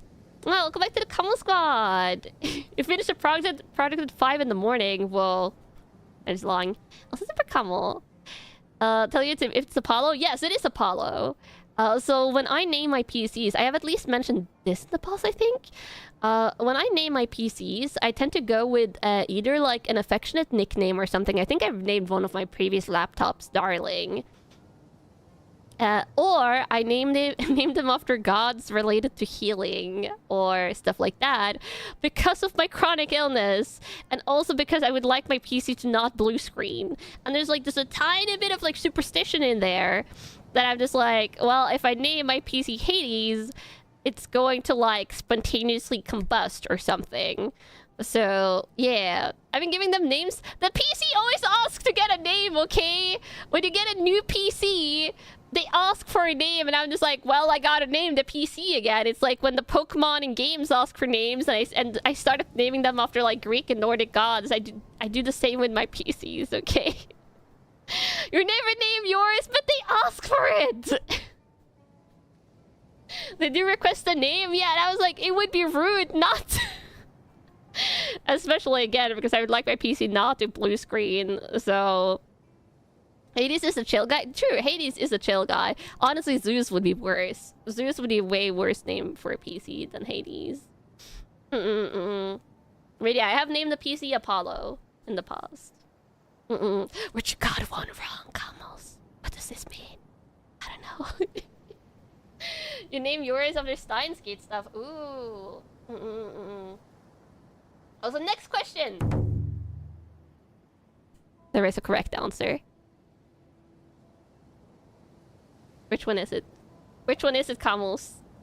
This is Camels. You should get this right. You don't think I told the story before? Oh, maybe not, but now you know. What is this? This is a question. This is a question, Camels, for which you gotta answer correctly. Is it comma number 1, comma number 2, comma number 3, or comma number 4? This is easy. How is this easy, Cobbles? You gotta choose. You gotta choose. Where's the question though? It's comma question mark. It's just, that's the question. Anything can be a question if you put a question mark after it. Ah, yes. Is this an IQ test? I mean, this is surely a combo IQ test. Got a question mark? Yeah! What combos? What?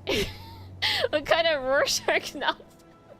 I told you, combos, that you would like this quiz. Are you not enjoying your combo enrichment? If I'm making you a quiz, I better make it matter. They are the same picture. They are the same combo, but in different states of mind. Let's see what you answered. Oh, this is so close. Okay, I have to wait a little bit. I can't end when it's at the same percentage. Oh god, 3 of them are tied! How can 3 of them be tied? Wow. 30, 30, 30. I guess I can end poll here. Let me see if it's still tied after I end. Or if you guys answered last second. Oh, no, wait. 3! 3 pulled out in the win. Last second. Very little answer, too. And was that correct? It is! It was number 3. Just because I felt like it. It was either going to be number 3 or number 4. But yeah, you guys picked number 3. I felt this was the most camo of the moment. So yes. This is the correct camo. Barely picking the correct one. If you went for the 3-way tie, I wasn't going to give you guys the win camos. I mean, the answer would change. If this quiz was asked on the actual anniversary day, it might have been one of the other camos. That's cheating? No. That's not cheating. That's just like... different things can mean different things at different times. And at this point in time, the answer to camos is this. You're going to rage about getting this wrong all night? But maybe, like, if I did this tomorrow, it would have been this. Like, who knows, camos? Okay, next question. Who's my favorite Soul Calibur girl? And by that, I mean who used to be my main back when I played Soul Calibur 4. And this, I know I've talked about on stream, but again, it's like deep... This is like deep stream knowledge. Unlike that, from that one time when I played Soul Calibur on stream, which might have been like a long time ago. I don't even remember. You don't know their names? It's fine, Kabos. You didn't need... You can only get... You can guess based on looks. This is Talim. Hilda? Hilda. Or Hilda. Hilda. Sophitia, and Amy. Those are the names. On 1, 2, 3, 4. So 1 Talim, 2 Hilda, I think. Sophitia on 3, and then 4 Amy. She uses like tonfa, like double blades. You can see them here. Hilda doesn't use quite a spear. She uses a spear with a banner, trident with a banner. Sophitia uses a sword and shield, and Amy uses like a rapier, like poke sword. Yeah. Well, the reason I'm trying to say Hilda is because like that's how you say it in English. If I was going to say them in Norwegian, I would say Hilda or Hilda. But I'm trying to pronounce, like, if any of you have played this game, how you would pronounce it. But yeah, again, this was me in junior high school, Camus, remember. Which one of these would junior high school... Also, how did I change that? Which one of these would junior high school me pick? There we go. That's what you gotta think of here. Yeah. Not current me. Junior high school me.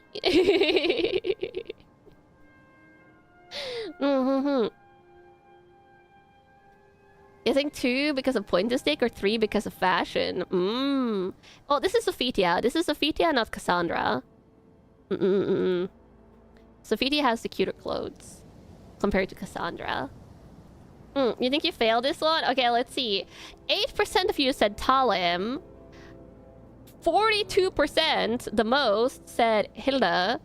29% said Sophitia, and 21% said Amy. Was Hilda correct? No.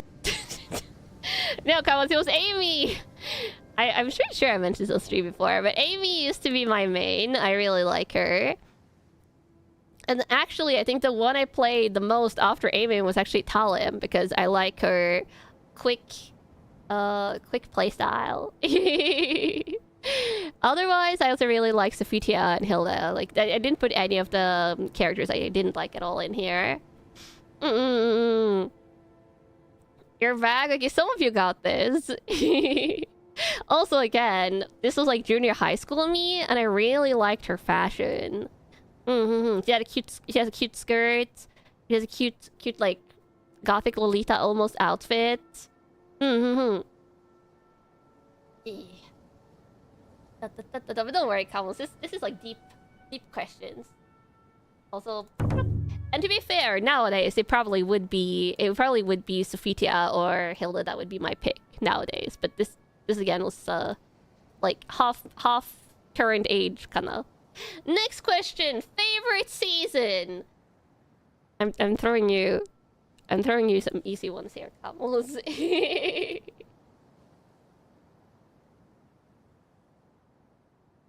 Okay, this one all the time I talk about. If you're a new Camel here today or for the last month, maybe you don't know, but that's completely fine. It's not like that we talked about it today. Oh my god, I even talked about it today. You're right. Is this pretty? No, it's fine. You have 2 questions left after this. I don't remember what I asked for the 2 final ones, so yeah.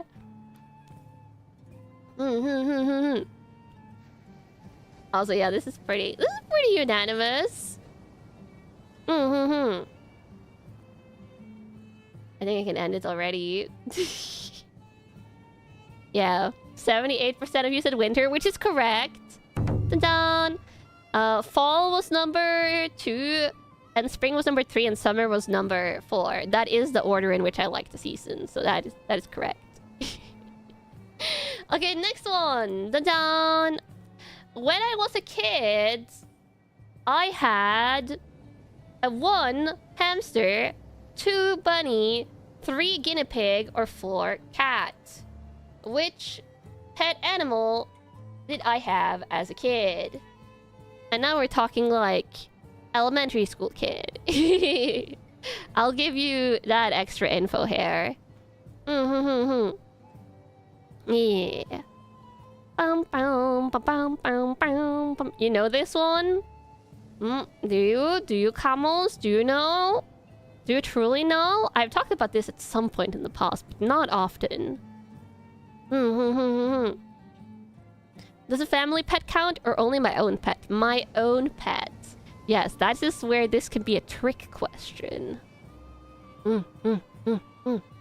This was my own pet. The only one time as a kid have I had a pet of my own, other than my cats I have now.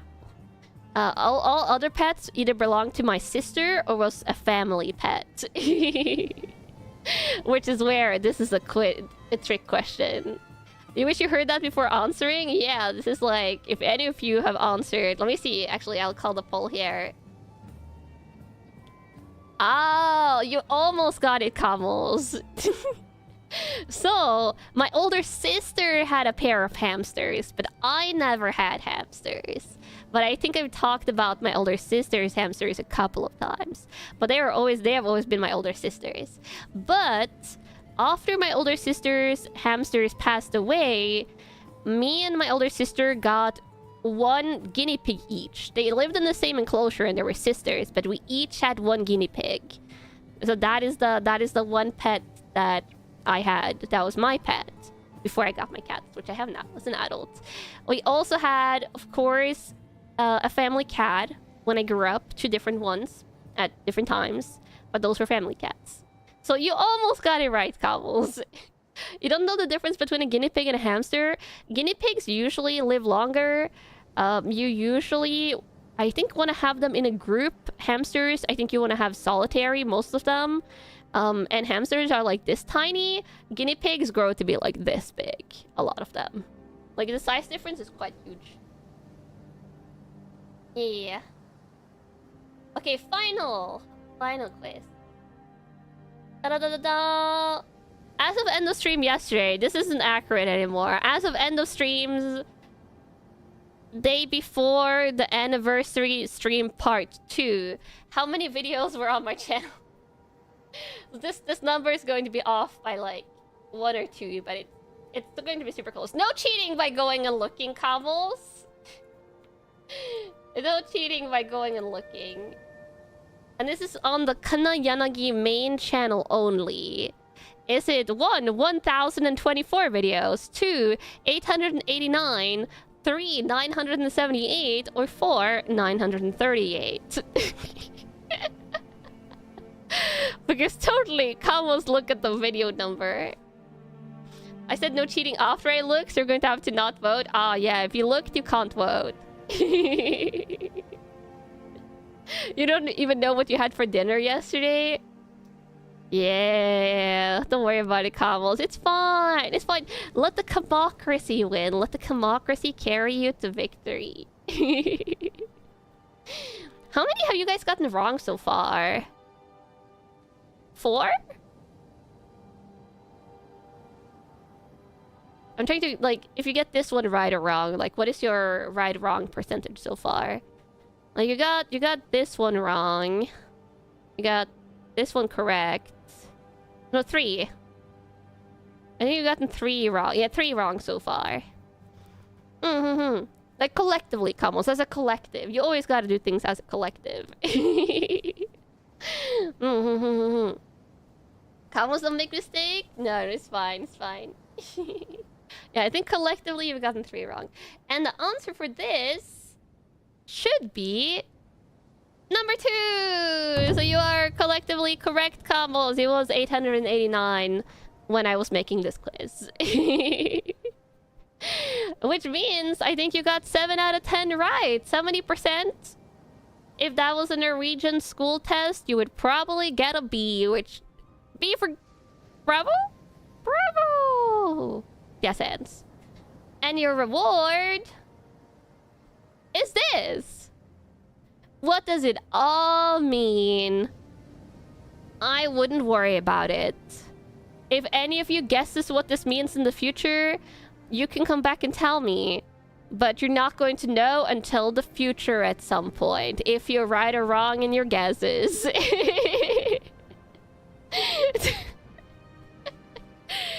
Yeah.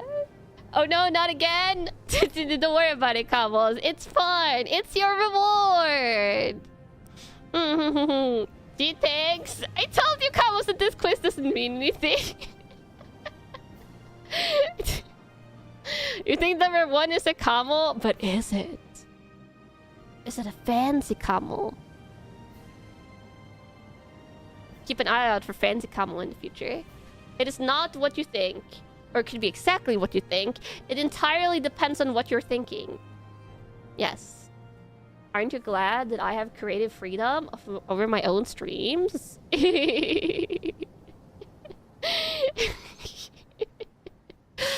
Yes. Are you also glad that we did this quiz today, so that I didn't forget about the existence of the quiz? Dun, dun, dun, dun, dun, dun, dun, dun, dun, dun, dun, dun. Oh, also, I wouldn't do a desk mat. I can just tell you right now, Camels. I did a desk mat on last year's birthday merge. I'm not doing a desk mat again. Because you guys are already going to have a Kanna desk mat.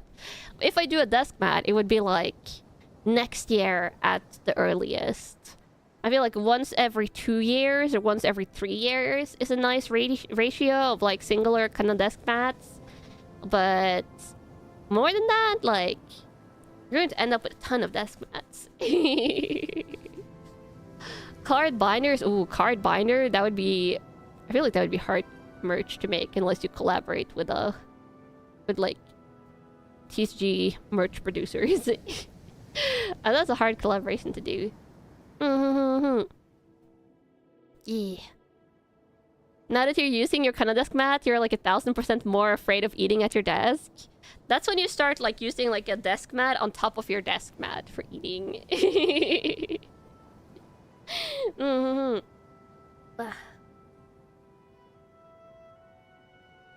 You'd love Japanese sized card sleeves. You would go broke for real because of that. I'm also not doing card sleeves for my birthday this year. Basically, I didn't want to repeat too much with last year's birthday merch for this year, so you'll have to wait and see. You'll have to wait and see. Yes. Out of focus. Focus on the cute ducky. There we go. But camels. I'm going to be rounding off for today. I'm not feeling as crippling in pain as I was feeling a little bit ago. But I also took painkillers with my dinner today, so they might be working. They might be working, and I have like a solid like 1-2 hours of VTuber work to be doing. Oh, I have like new DMs.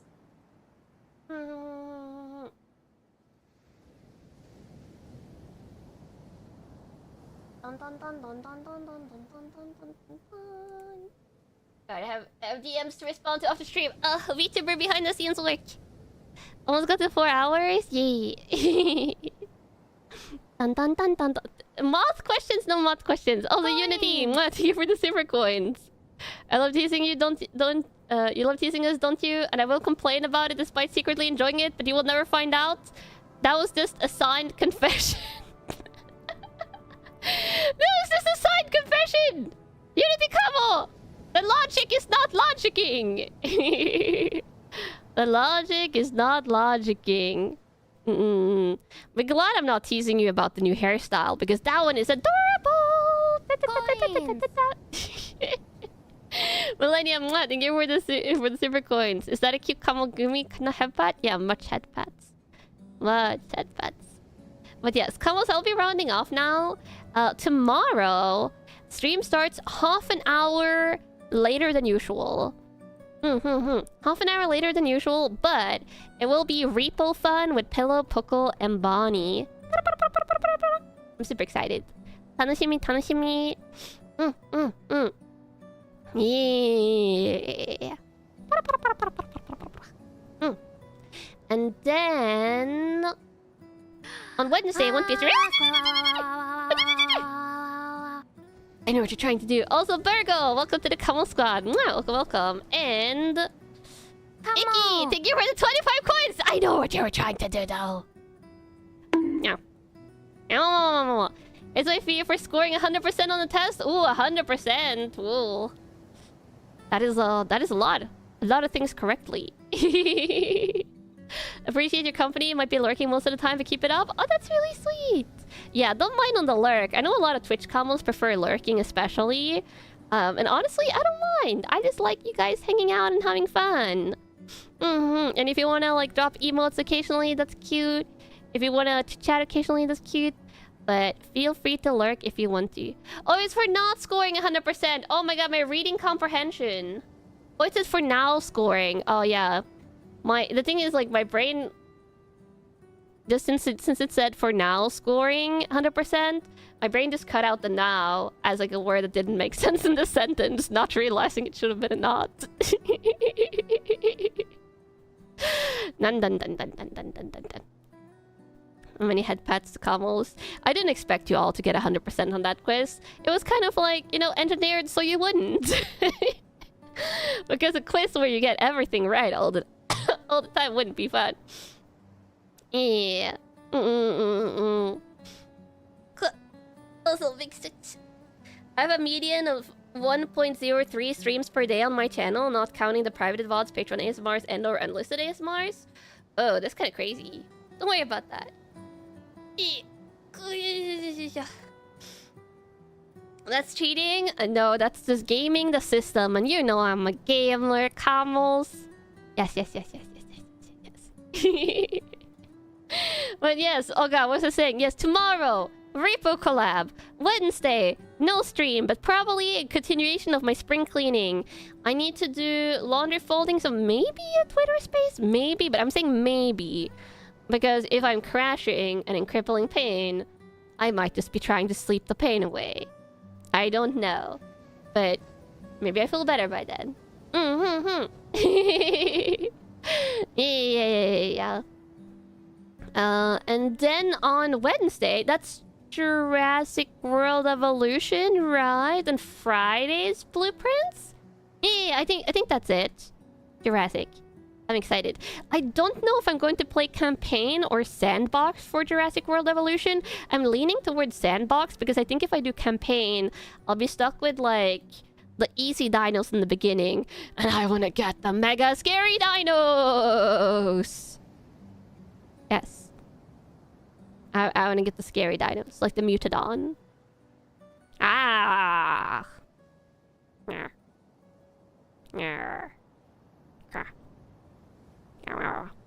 Yeah, Wednesday is no stream. Wednesday is no stream. There might be a Twitter space, but no stream.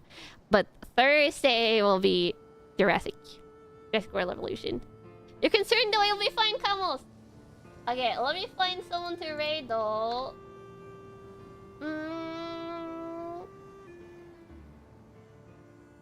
Are the scary ones before I build the fences? No, I'll build fences. Dun dun dun dun dun dun dun dun. Bum bum bum bum bum.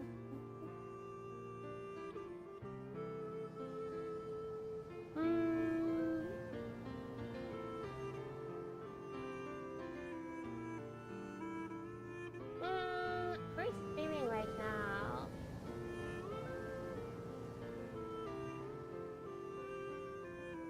Oh, let's read Tori Taiga again. She's playing Deltarune. She's playing Deltarune. So I'm going to not stick around after the raid. Just in case. I don't think I want to play Deltarune in the future, but just in case.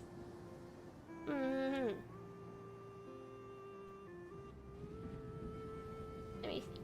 Up. Okay, Camels. I will see you tomorrow. It feels wrong to end stream before 10 Camels. It feels wrong. But a little bit of a shorter stream. Yes. I will probably continue knitting this camo beanie later. I'm probably going to finish the blue part today, I think. And hopefully not go to bed too late. I gotta do my VTuber work. I should probably do that right at the stream. Yes. Otsukamos, I love you.